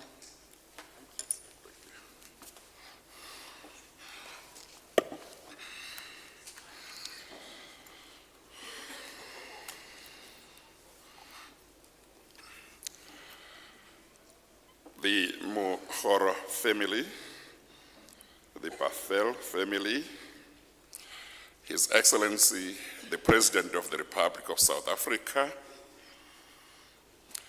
the Deputy Chief Justice of the Republic, our Deputy Chief Justice of the Republic of South Africa, Justices of the Constitutional Court and other members of the judiciary present here, Ministers and Deputy Ministers present here, Premier of the Gauteng Province and other MECs here, Minister of Justice and Correctional Services,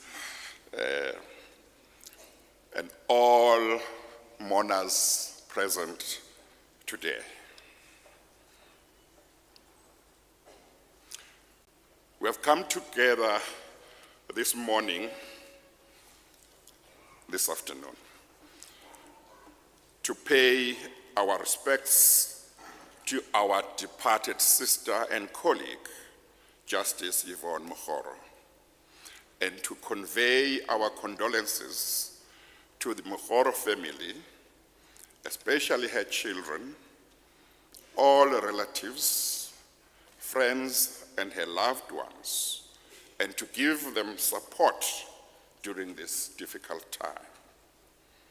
But before I proceed, allow me, program directors, to take this opportunity to express my and the judiciary's appreciation to the President for agreeing to accord our colleague and sister the honor that he has accorded her in terms of this official funeral. Thank you very much, Mr. President.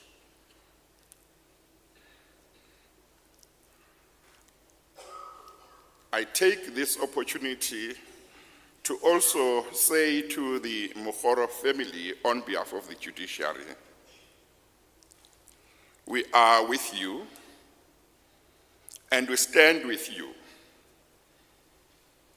as you try to make sense of the events of the past 13 months that have led to the departure of your mother, your sister, your aunt, your granny. We wish you strength today, tomorrow, and in the future that you will now have to face without her. I wish to assure you, however, that though she will not be with you physically, she will still be with you in spirit. And she will give you strength to face life even without her. She will give you strength to achieve what you want to achieve. She will give you strength to see many other Yvonnes in society. I want to assure you that we as the judiciary have lost a great colleague, a great sister, a great jurist, and a wonderful human being.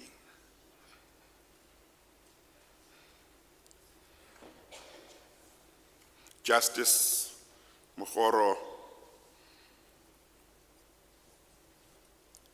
was an embodiment of the values of our Constitution. As many speakers have said, she was humble, she was loving, she was caring, and she was hardworking. Of all the years that I've known her, I've never come across her angry or bitter.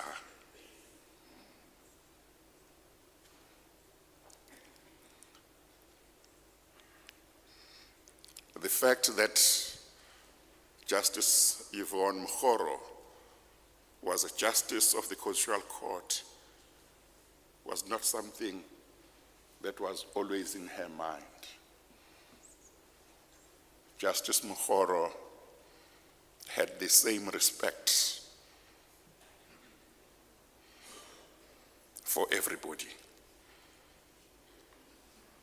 Whether you were a Chief Justice, a President,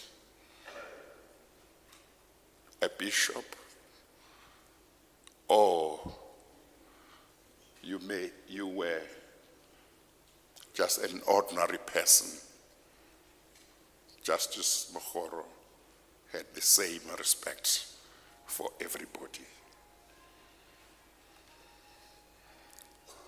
When we have lost a loved one, it is natural to focus on our loss and the fact that the life that lies ahead of us is a life without our loved one.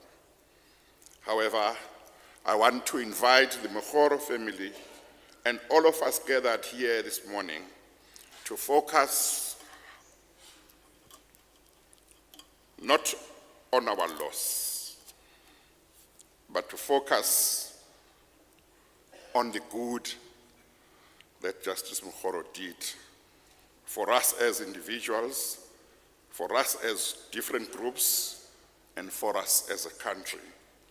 I want us to focus on the love she showed us, on the support she gave us, and on the contribution that she made to the strengthening of the foundational pillars of our constitutional democracy as one of the first 11 justices of the Constitutional Court, which would make sure that our constitutional democracy does not collapse, no matter the storms that it may face in the future.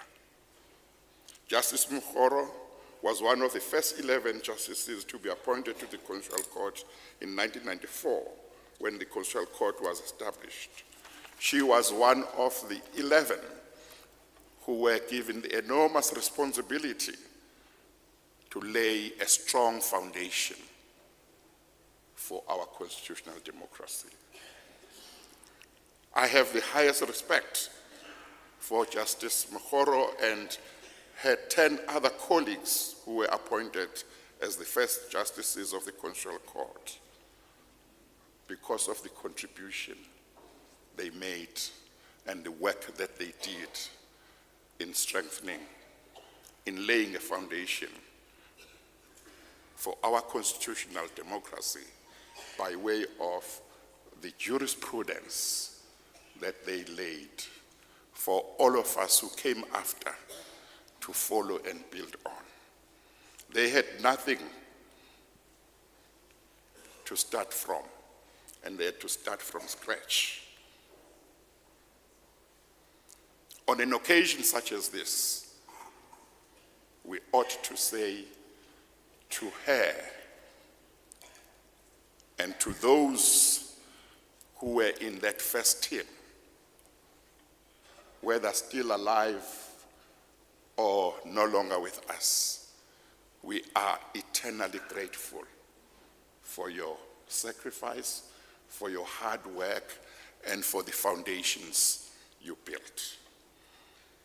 Indeed, if you ever think that we in the Constitutional Court are doing well to safeguard and protect our constitutional democracy, you must know that we do so because of the guidance and the foundations that were laid by the first 11 of the Constitutional Court. It is not possible within the limited time that one has to say a lot about the contribution that Justice Mokgoro made through her judgments in the Constitutional Court.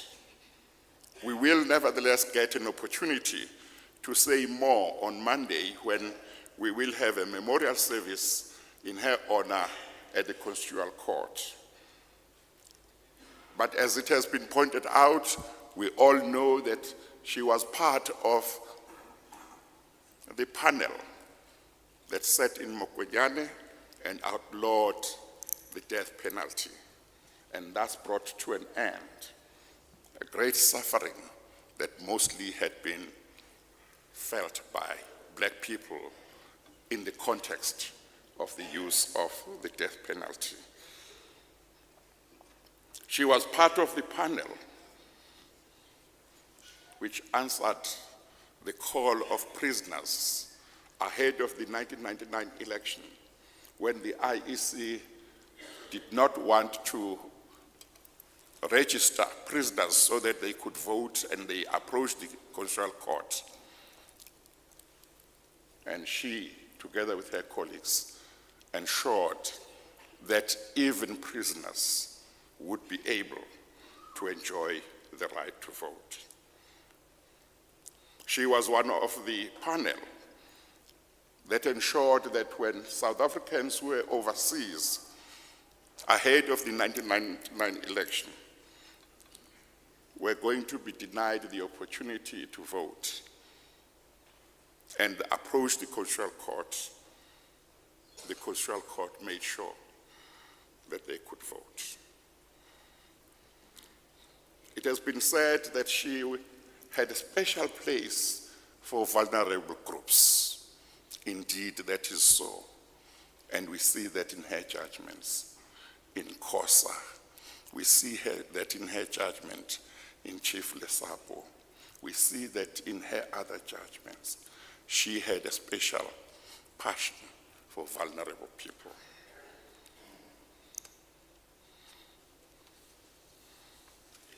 However, on this occasion, we have to ask ourselves the question, how do we want to honor her?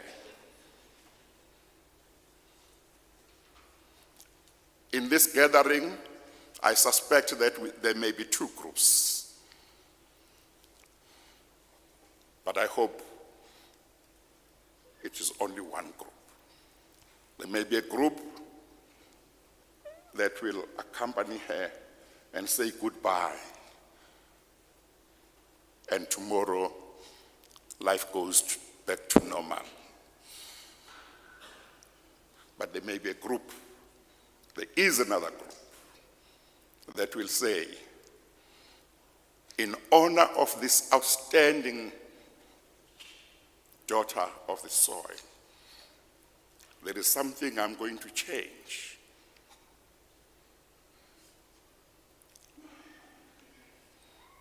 And if you fall into that group, you have to identify what it is that you are going to change in honor of this wonderful South African.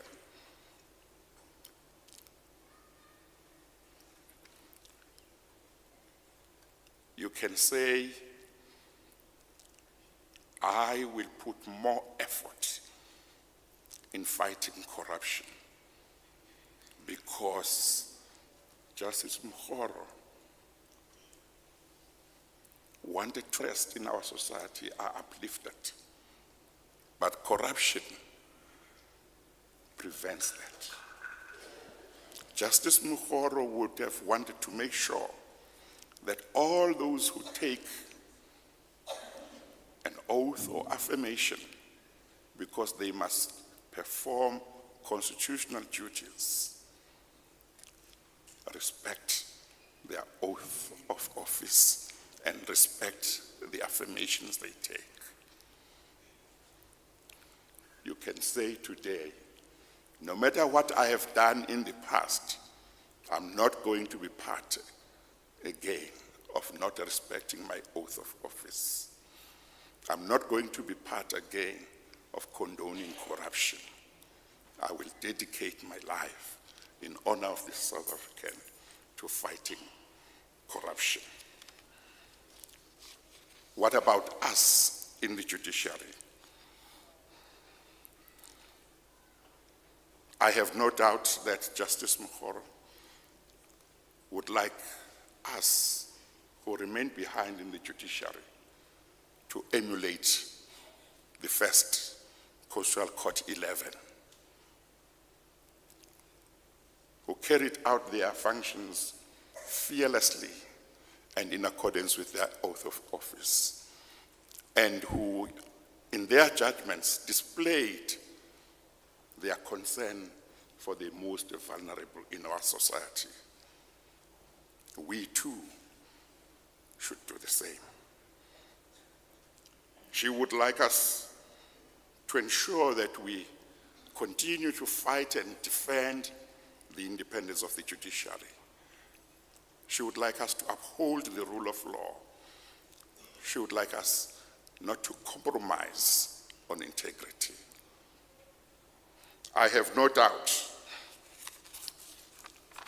that I speak for all my colleagues when I say the greatest honor we can show and appreciation that we can show for what Justice Mokgoro meant to us is for us to rededicate ourselves as servants of the people who have been given an opportunity to serve as judges and use the Constitution, stick to our oath of office, and make sure that we strengthen our constitutional democracy. I intend to do so. I think my colleagues will also do so. Before I finish, I want to say, Deputy Chief Justice, that I too last saw Justice Mokgoro early last year in circumstances when I could have a conversation with her, because when I next saw her, I could not have a conversation with her. It was the occasion that you have told us about prior to the accident, on the occasion of the launch of a journal of the South African chapter of the International Women Judges Association. It was one evening at the Constitutional Court where she was the keynote speaker. She wore a blue top and a black skirt. She was her usual jovial self that evening, chatting to everybody and hugging everybody. She delivered, indeed, a wonderful and captivating speech that evening. She and I hugged, laughed, and took pictures after her speech. Little did I know that it was the last occasion I would have a conversation with her. Little did I know that it was the last occasion I would have to enjoy her hug. And little did I know that if I wanted to ask her for any advice, that was my last opportunity to do so. And that the next time I would see her, many months thereafter, she would not be able to have a conversation with me. Had I known that evening that that was my last opportunity for all these things, I probably would have stayed with her for as long as I could to enjoy her personality, ask her many questions, and have the longest hug she could allow me to have. Had I known, I would have used that opportunity to drink as much as I could from the well of her experience she had over 15 years in the Constitutional Court, so that I could contribute going forward to maintaining the guidelines that they had put in place during the first term of the first 11 of the Constitutional Court. I did not know it was the last time. Therefore, today, as we say goodbye to her, I want to say, my dear sister, we might not be able to speak to you, but I know that you are going to continue to speak to us through your judgments. You are going to continue to guide us so that we can guide the constitutional democracy of this country through whatever storms may lie ahead. Thank you very much.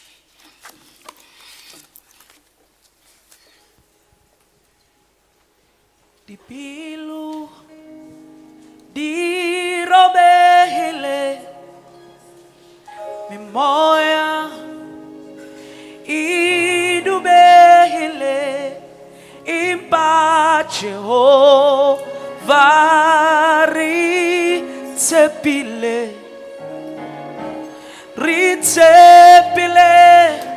wena fela Jehovah ritepile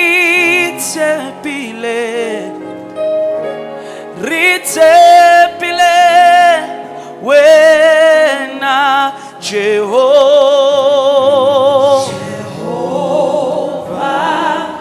ritepile wena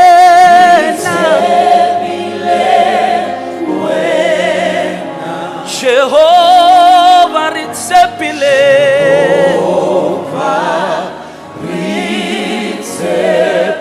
put a trust in you, Lord.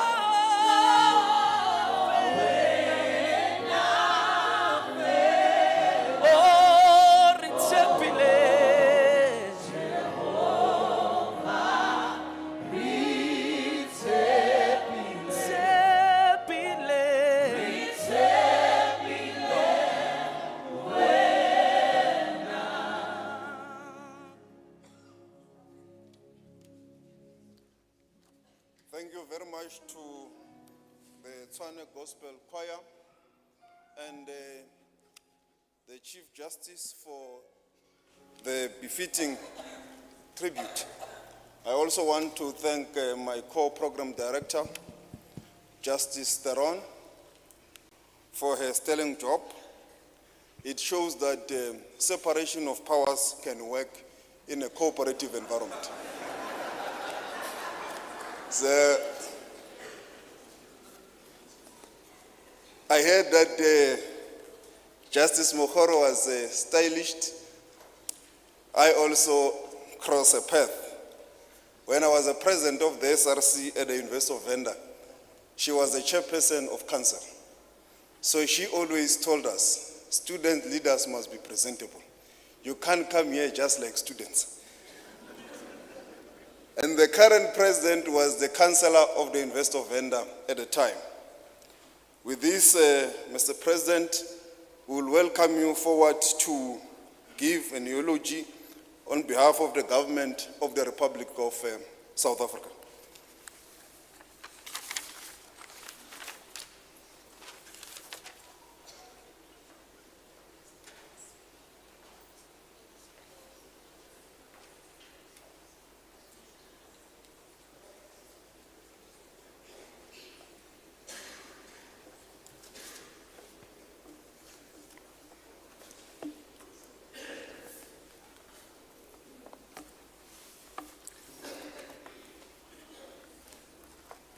program directors,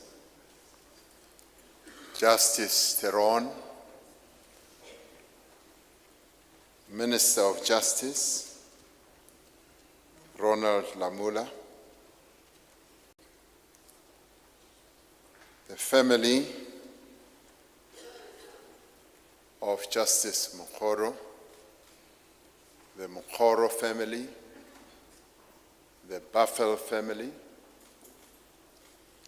Chief Justice of our Constitutional Court, Deputy Chief Justice, Justice Mandi Samaya, the Premier of our province, Gauteng, Tate Panyaza Lesufi, ministers and deputy ministers here present,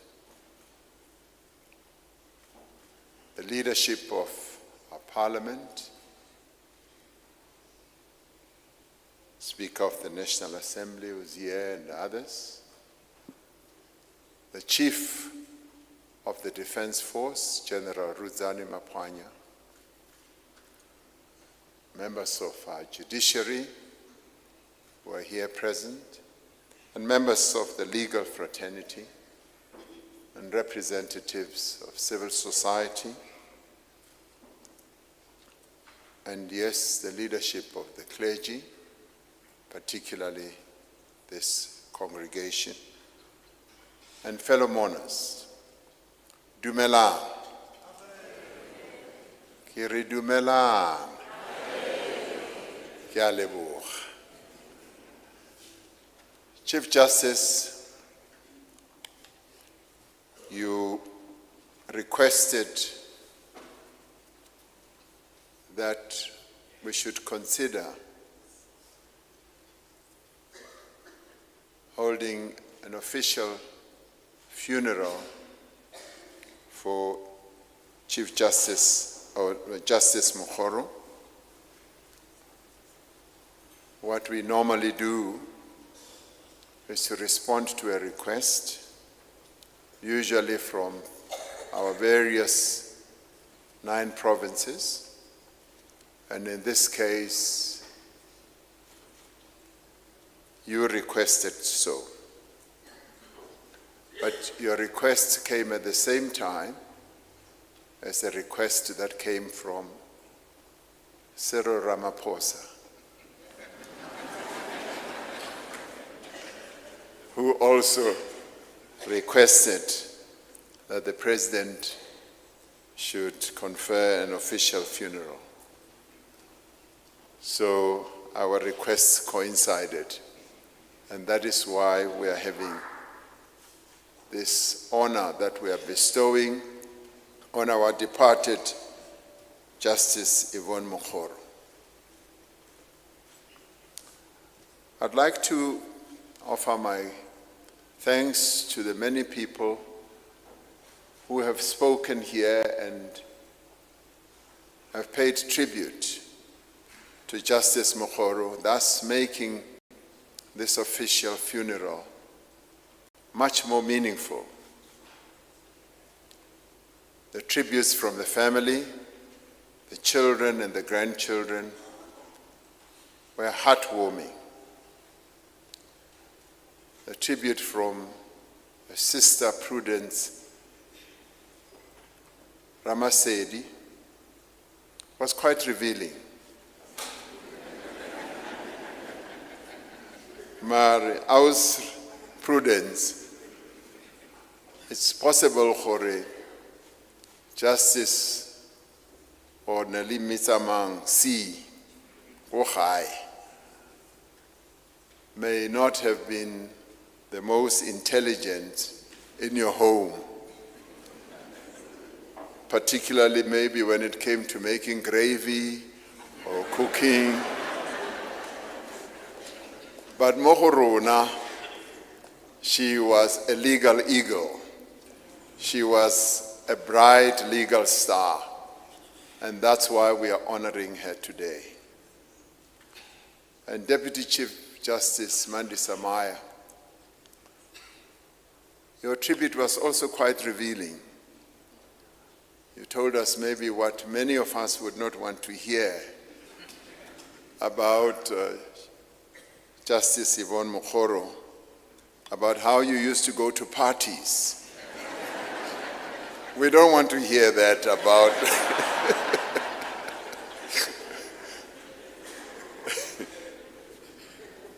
We always want to look at our justices as people who keep to themselves and write judgments.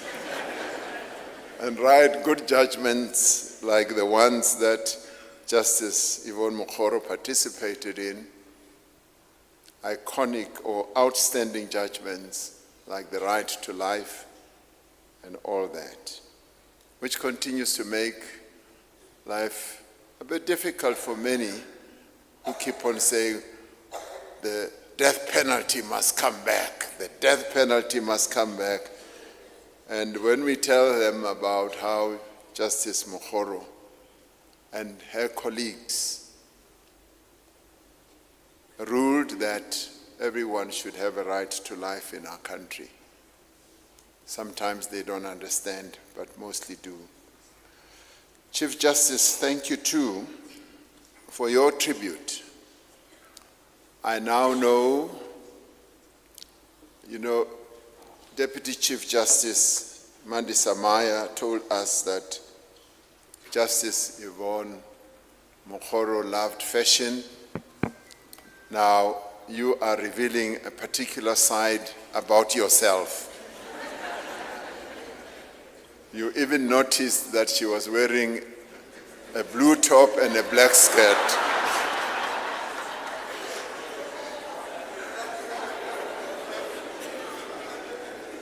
Now, you see, Chief Justice, many of us as men, we never remember what women were wearing.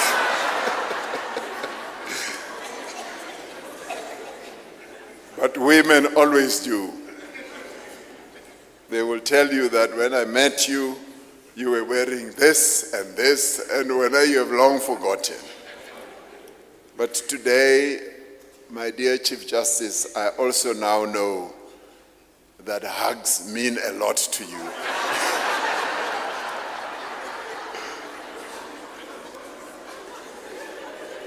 And thank you to all of you who have brought some real light, wonderful moments to this occasion. This is an occasion to celebrate the life of Justice Yvonne Mokgoro. Much as we mourn her, we are also here to celebrate her life. Because we gather here today to lay to rest a great South African, a champion of human rights, an outstanding jurist and an icon of gender justice in our country.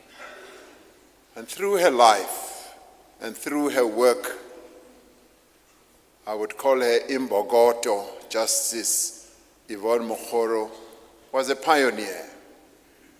In so many respects, her legacy is a tribute to resilience, to principled activism, and to steadfastness, no matter how great the obstacle or how difficult the climb.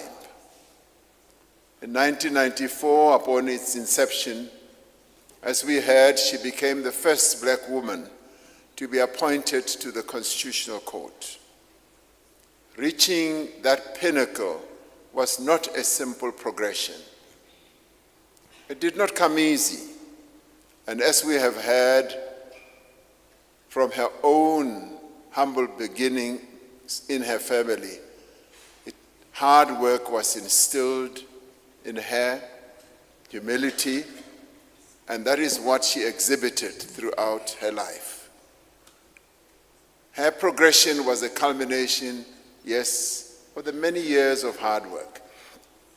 She found her calling to become a human rights lawyer in the trenches of struggle.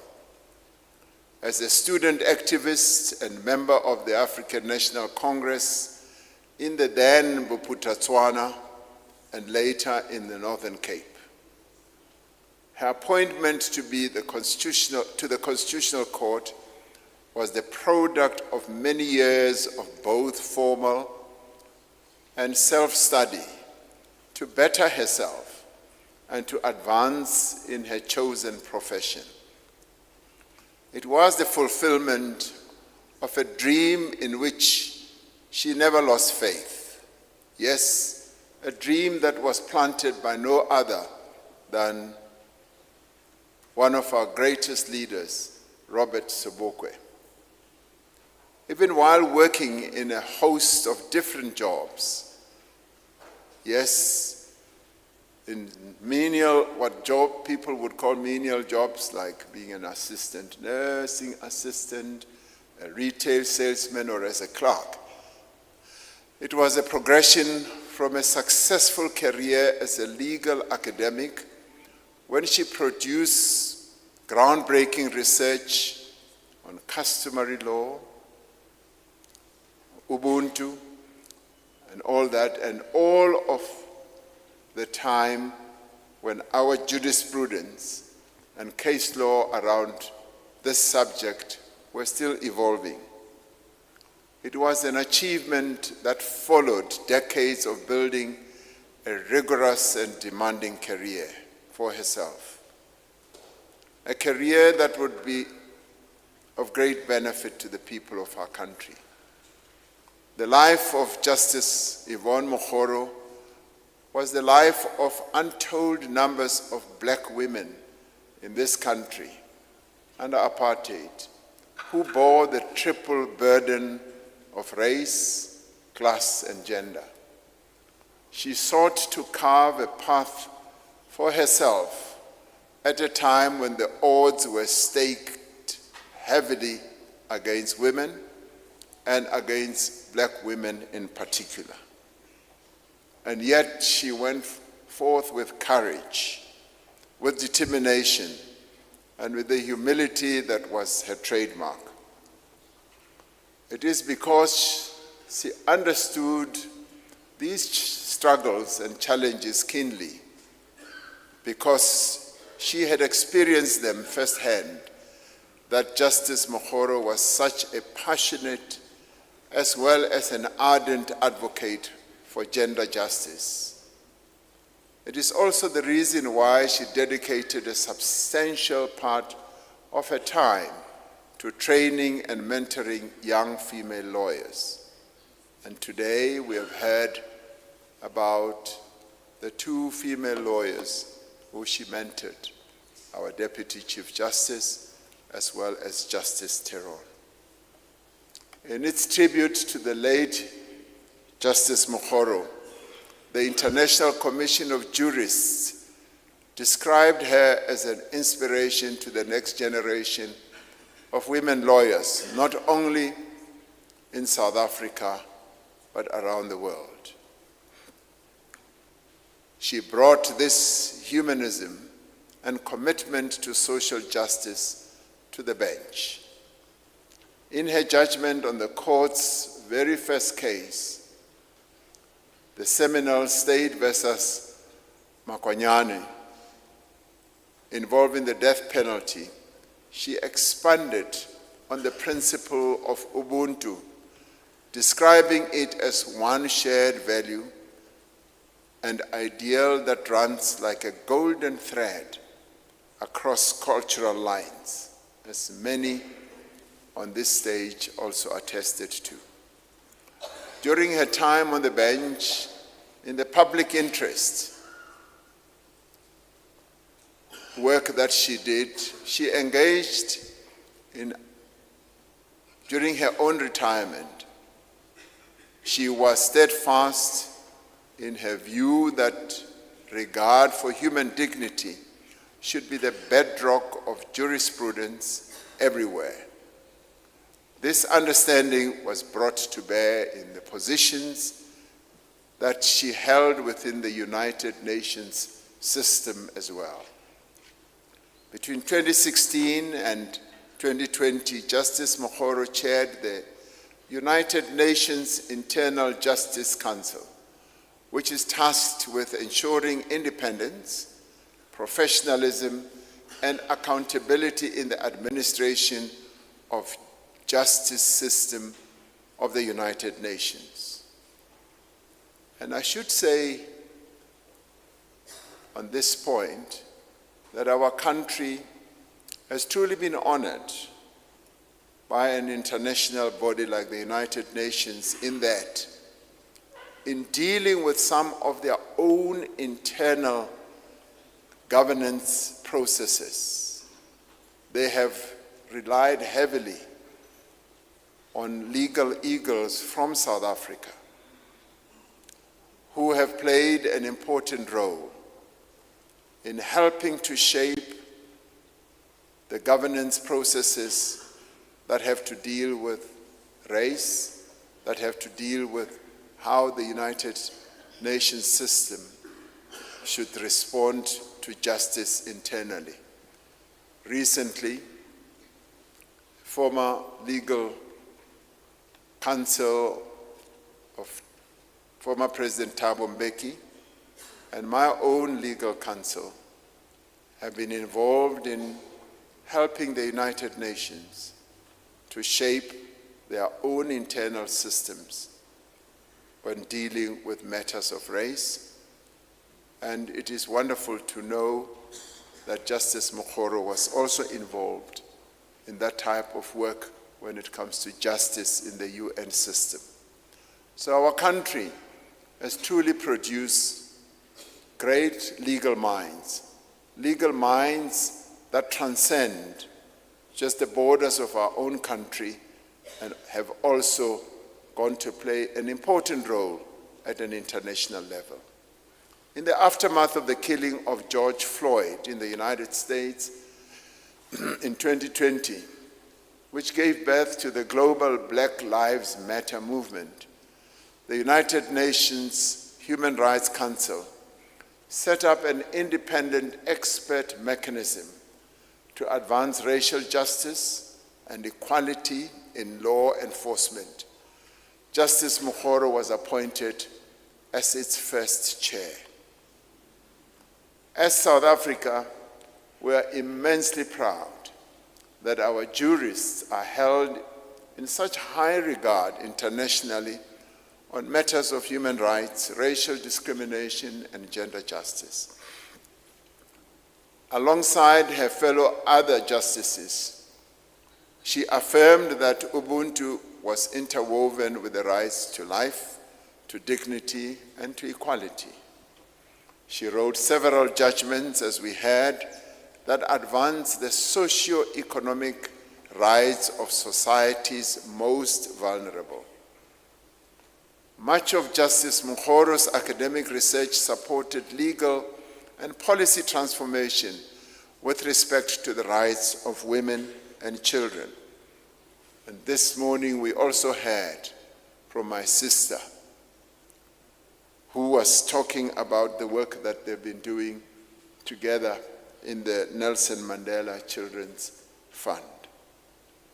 This work has had a broad span, from the impact of social grants on the lives of indigent women to issues around customary law and inheritance and succession. Justice Mokgoro was both a witness to and a companion of the transformation of the bench. When she was appointed to the bench 30 years ago, there were approximately 165 judges.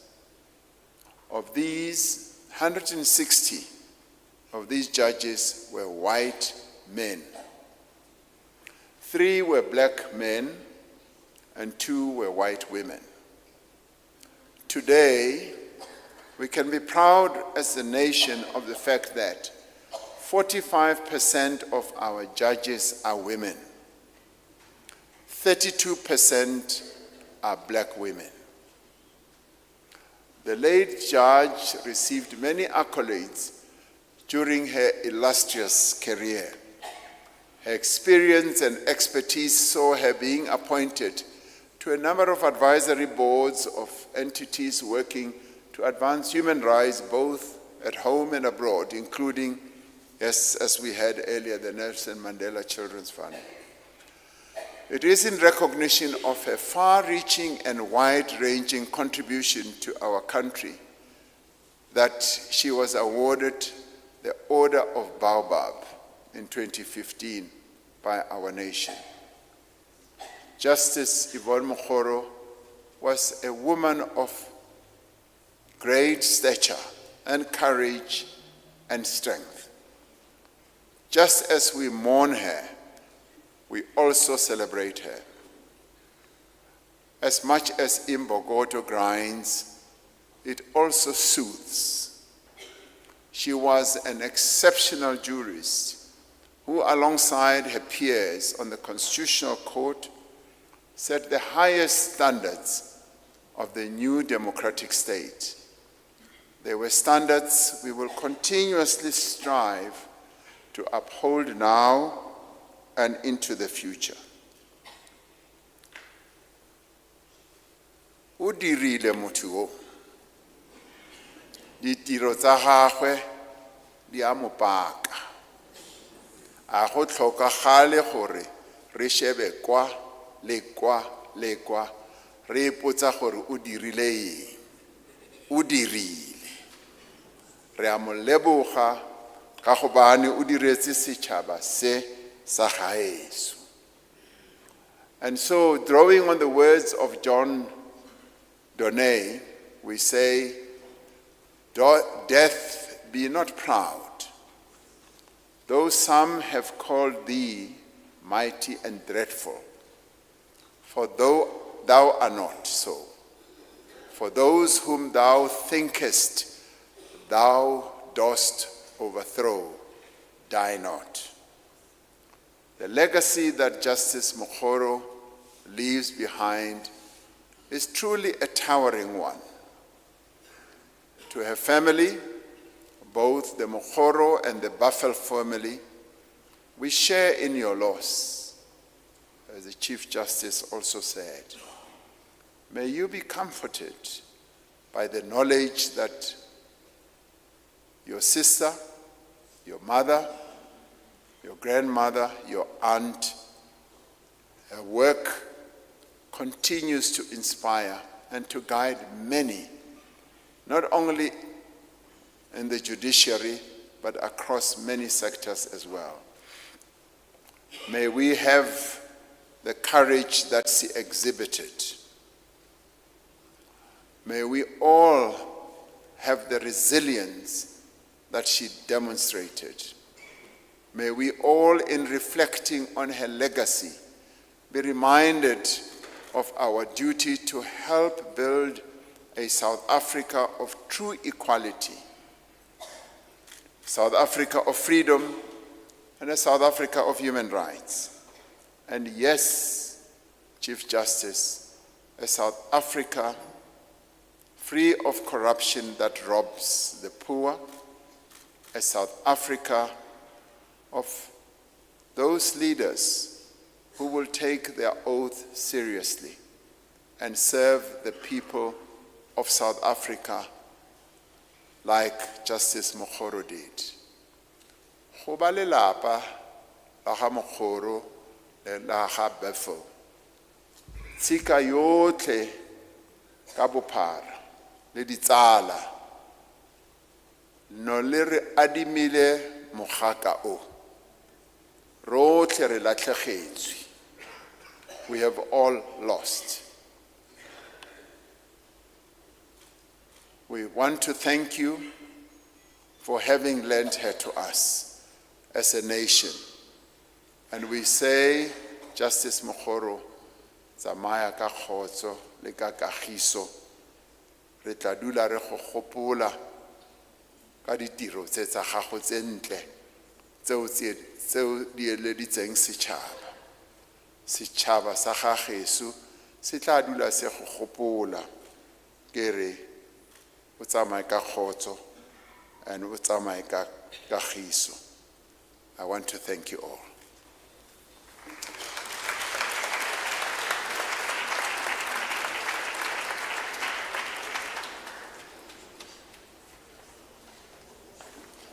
Re a o leboga, Mr. President. Indeed, o dirile. Justice Maya always says, Mr. President, that as judges, they are human beings first. We will now have a vote of thanks. Mr. Tebe Ikala Fing. But maybe before he comes forward, I'll just make some few announcements that at the cemetery,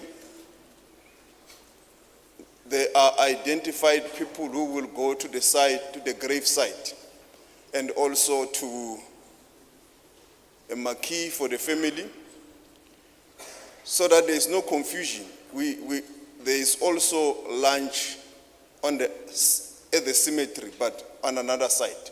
So as you get in, if you have not been identified as we leave from here to go to the grave site and also to the marquee where the family will be, please just go into the site where there will be lunch that will be served. Mr. Tebe Ikalafing, please come forward.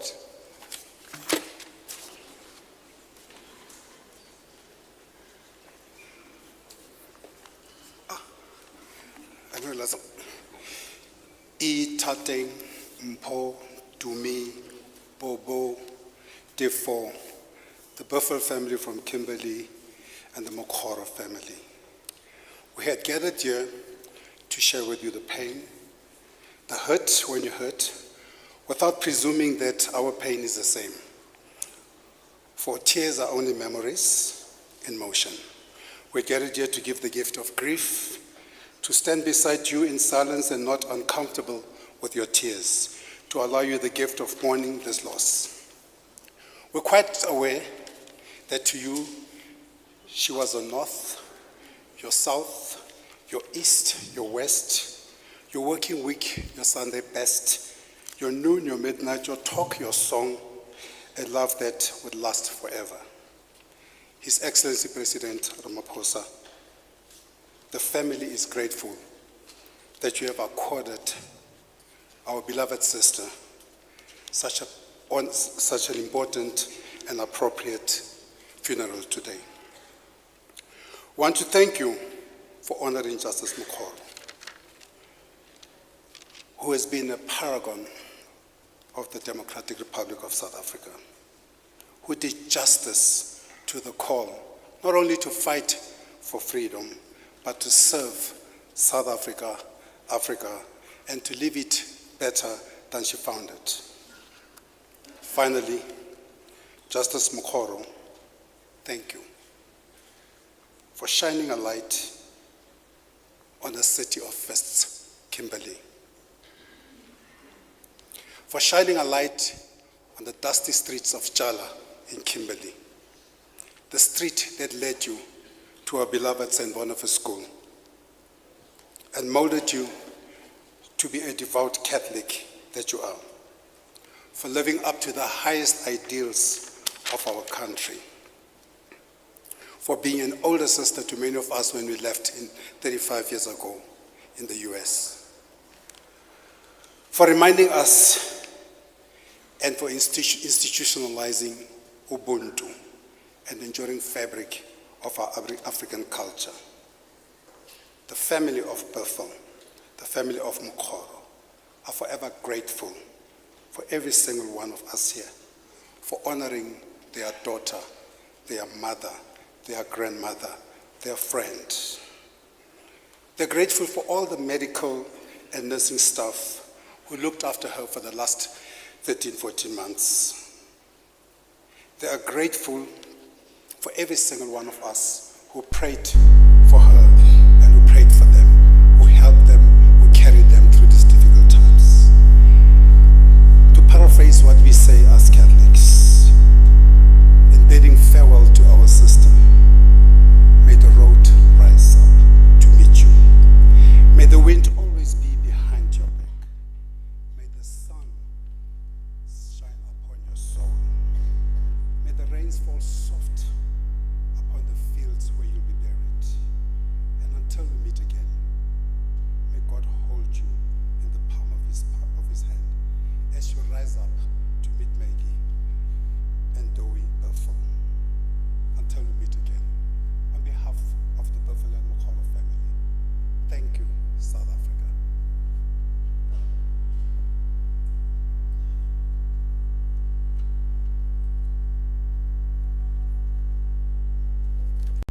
Thank you very much. We will now allow the choir to sing the Tshwane Gospel Choir. We also thank you for the good tributes you have given. From there, the Defense Force will then take over. It will now be the last time you see my handsome face. I also thank you for being a very good audience. Thank you very much. When peace like a river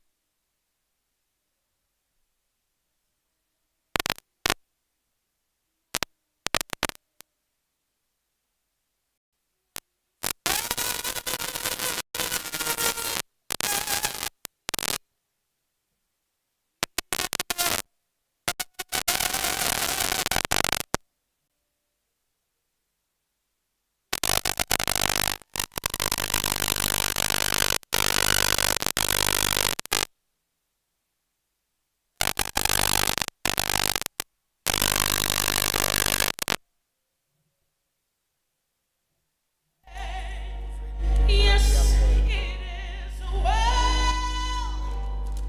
It is well with my soul.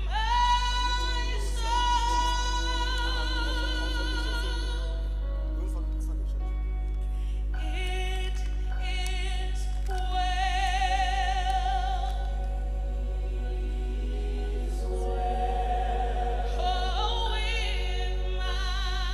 soul. I know it is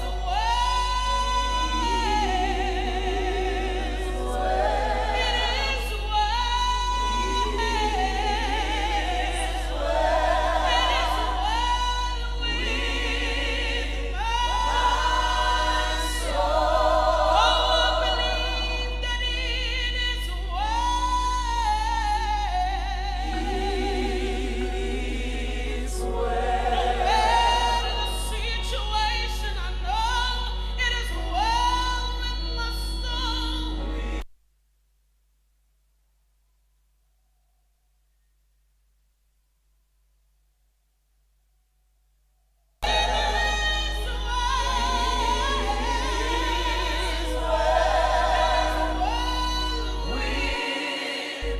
My soul. Hallelujah. Hudula lindate.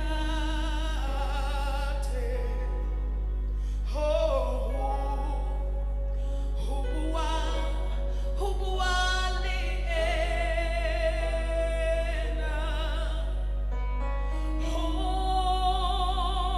Mulimo habe humunati.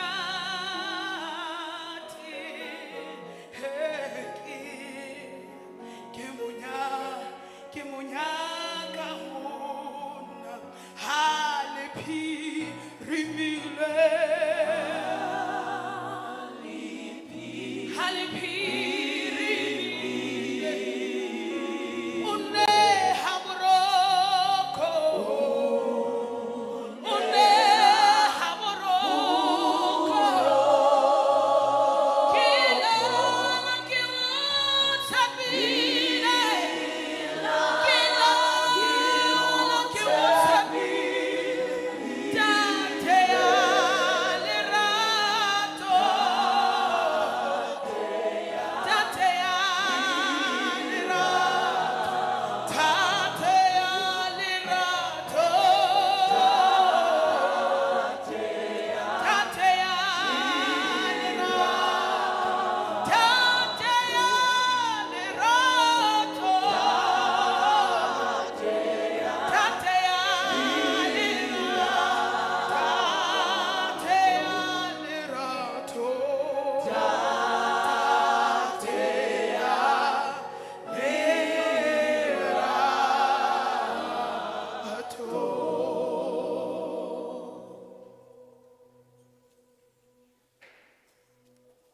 Commander-in-Chief, His Excellency President Cyril Ramaphosa, members of parliament, Chief Justice and members of judiciary, the Premier of Gauteng, Chief South African National Defence Force and generals present, the bereaved family and friends, ladies and gentlemen, all protocol observed.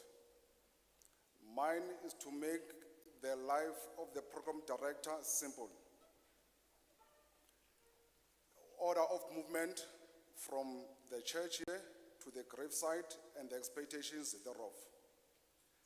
By the way, I am Colonel Mkhize, the marshalling officer for this funeral. On behalf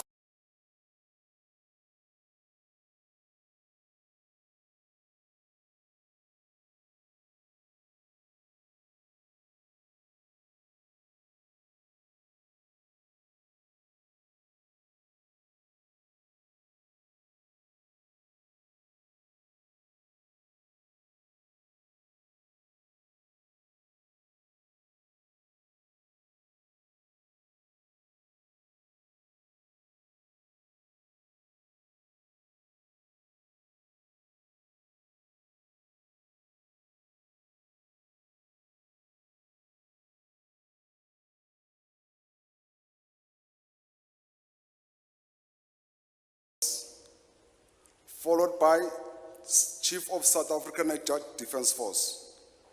Then the rest of the congregation can join. Then outside on the vehicles, okay, before we reach the vehicles, that grouping, they will march with the coffin up until we reach the gun carriage. That side of the, I don't know if there's a complex or there's a mall, then when we reach that site, then we'll stop everybody, then to go inside the vehicles. The vehicles will already be lined up in that sequence, but small difference. After the hearse, no, after the gun carriage, it will be the hearse. After the hearse, it will be the vehicles, two vehicles of the burial party. Immediately after them, then it will be the entourage of the president, followed by the Chief Justice. No, I beg your pardon. It will be the immediate family. Then the immediate family, we request, humbly request, that those 4 or 5 widows be the immediate family. The rest of the family, they will follow after Chief South African National Defence Force. So it will be the vehicles of the burial party, then the family, the president, Chief Justice, the Premier, Chief Defence, then the family again, then the rest of the congregation. Then we move out at the robots, we turn left. On the main road, there's another set of robots as you go down.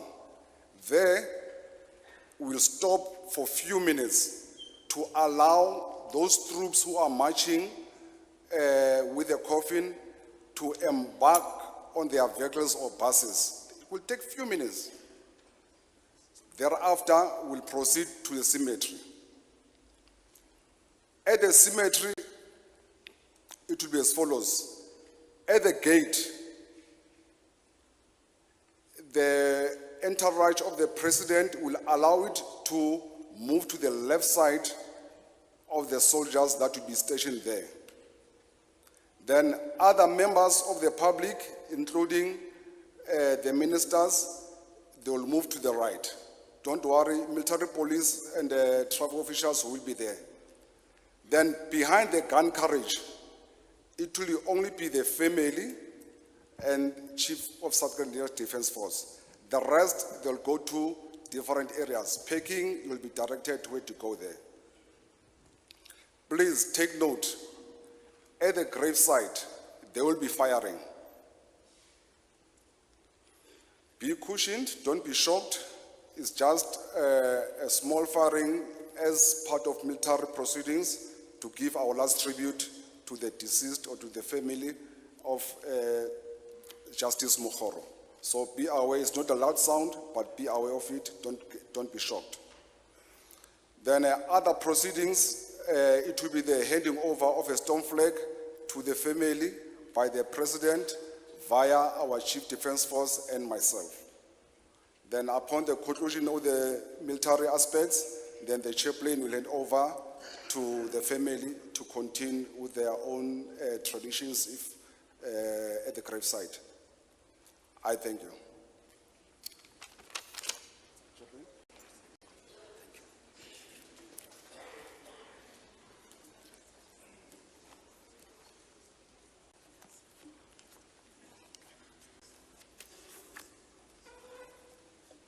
Peace and grace from God the Father and our Lord Jesus Christ be with you all.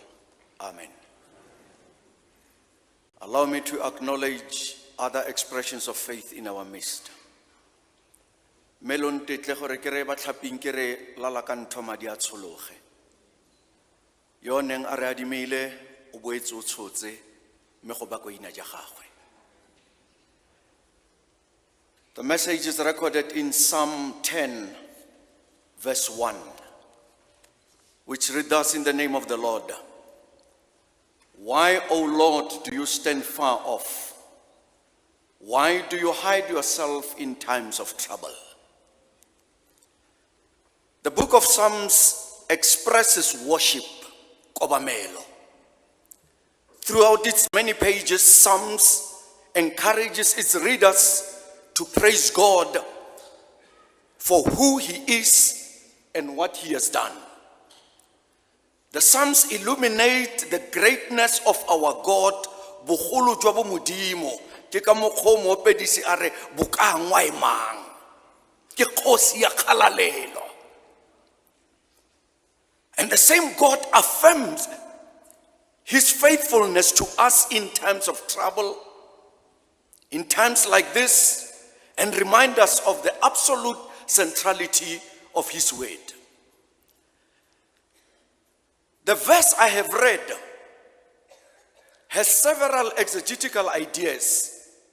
However, I want us to concentrate on the fact that it is a common experience in the face of death to feel as if the very light of life has gone out of us. It is heavily embedded in the question that David, the author of this psalm, asks when he says, why, O Lord, do you stand far off? The text in perspective, it is undisputable fact that Barwale Baradia Mokgoro's family, their hearts are melting with sorrow. Their eyes are running down with tears, whilst their very souls are troubled within them. Truly, they need a touch of the greatness of our great God. David shares the same sentiments in such a manner that when you go deeper into it, he epitomizes this God as a mother who happens to be a light unto the family, and when that light of life or the light of hope goes out, we undergo a bitter and a sour experience. And this was common experience for David. The psalmist had just been through an upset, and for him it had affected his feeling towards the Lord. David felt that God seemed too distant. For David, God seemed unaware of his trouble. This was a fairly common experience for David when you read go through many of the Psalms. And we surely share in the same experience. This feeling hits all age groups and types, and it most often manifests itself in depressive feelings. Selelo nako nngwe ga se kgone go tla o metsa dikeledi e kete o ka ikgagola wa eletsa gore modimo a dire sengwe se sa tshwaneng le se re leng fa ka sona. This experience causes us to lose perspective. And the account of Elijah in 1 Kings illustrates it well, beloved in the Lord. For he had known triumph, but now was emotionally and physically drained. He lost perspective and was ready to quit. When light goes out for reasons such as sorrow, pain, and death, what does it do to us? We lose perspective and get overly morbid and pessimistic. This experience can be more apparent than real. And Elisha in 2 Kings 6 is a good example, as the city was surrounded by a great company, and yet the young man was terrified, and death terrifies. Elisha could see the ever-present unseen host of the Lord. And many a times we do tend to look at the pain, concentrate on the pain. But I want to say to the Mokgoro family, ditsala le lesika, we need to find solace in knowing that God will surely wipe away your tears and comfort you. You need to remember that the unseen presence of the Lord is ever with us. And in Matthew 28, the last verse, where he promises them his presence or his perpetual presence, he says, behold, I am with you till the close of age. Modimo wo o tla tswelela go nna le lona, go le letobo, go le botlhoko, go le dikeledi, go le bohutsana, fela bodimo le bomodimo jwa gagwe ga bo kitla bo fetoga. Fa re ya kwa bokhutlong, this experience reminds us of what Christ suffered as it is illustrated in his life. He knew the sense of separation we know at death. He cried out loud to the Father in the midst of it. You can be sure he knows what it is like and can sense something of the agony he suffered. This should make us thankful for experience, as it causes us to appreciate Christ. In conclusion, Mokgoro family, when the light of hope go out, when things get bleak, break must come. When time of darkest night, hope's both dead, remember God through Jesus is able to reveal himself in your misery and in your pain. May the touch of the greatness of our great God serve as a means of lifting the veil of sorrow and drying the tears from your eyes, as well as calming your troubled souls. And the peace of the Lord that surpasses all understanding should keep your hearts and minds in Jesus Christ our Lord. Amen.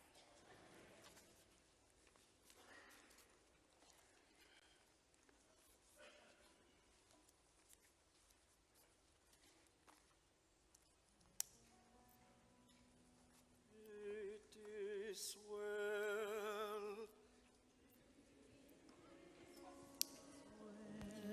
with my soul.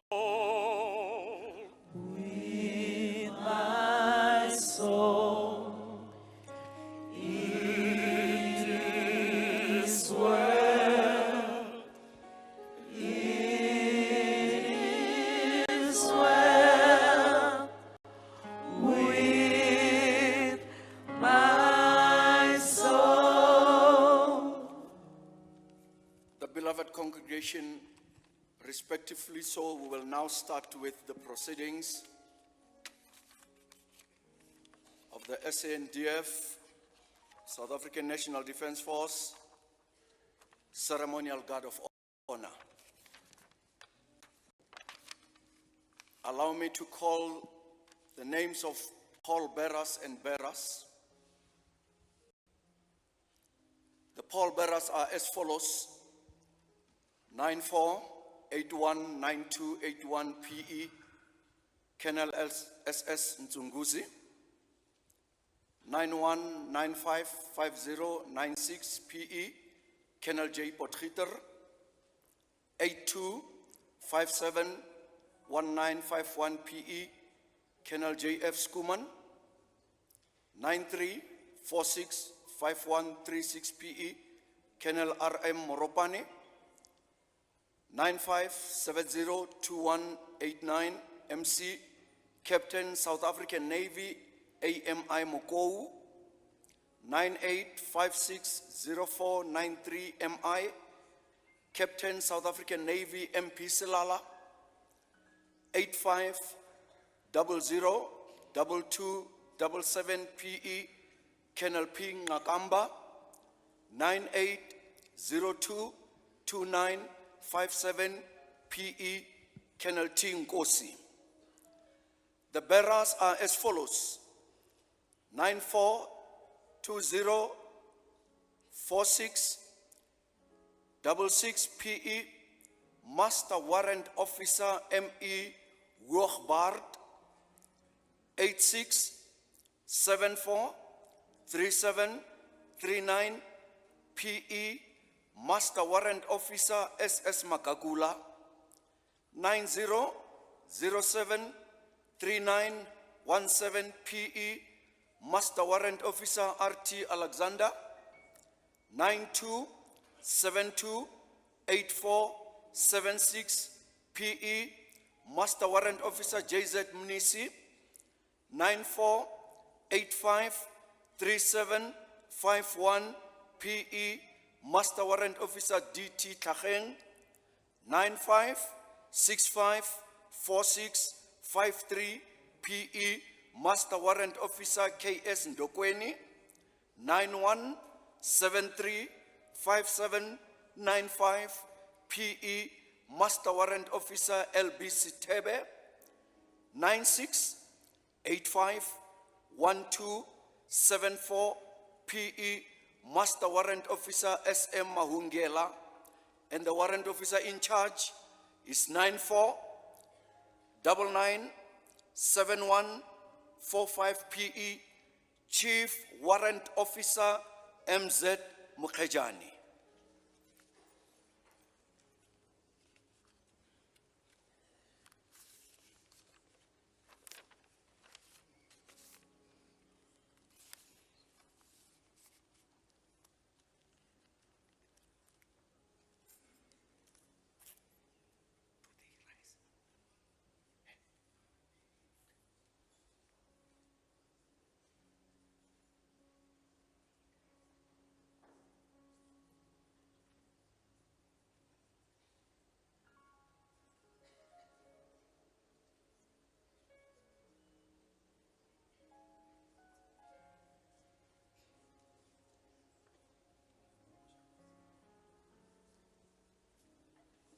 The beloved congregation is humbly requested to rise and remain standing until the bearers and the pallbearers have taken their posts and started to do the right moves. Be blessed.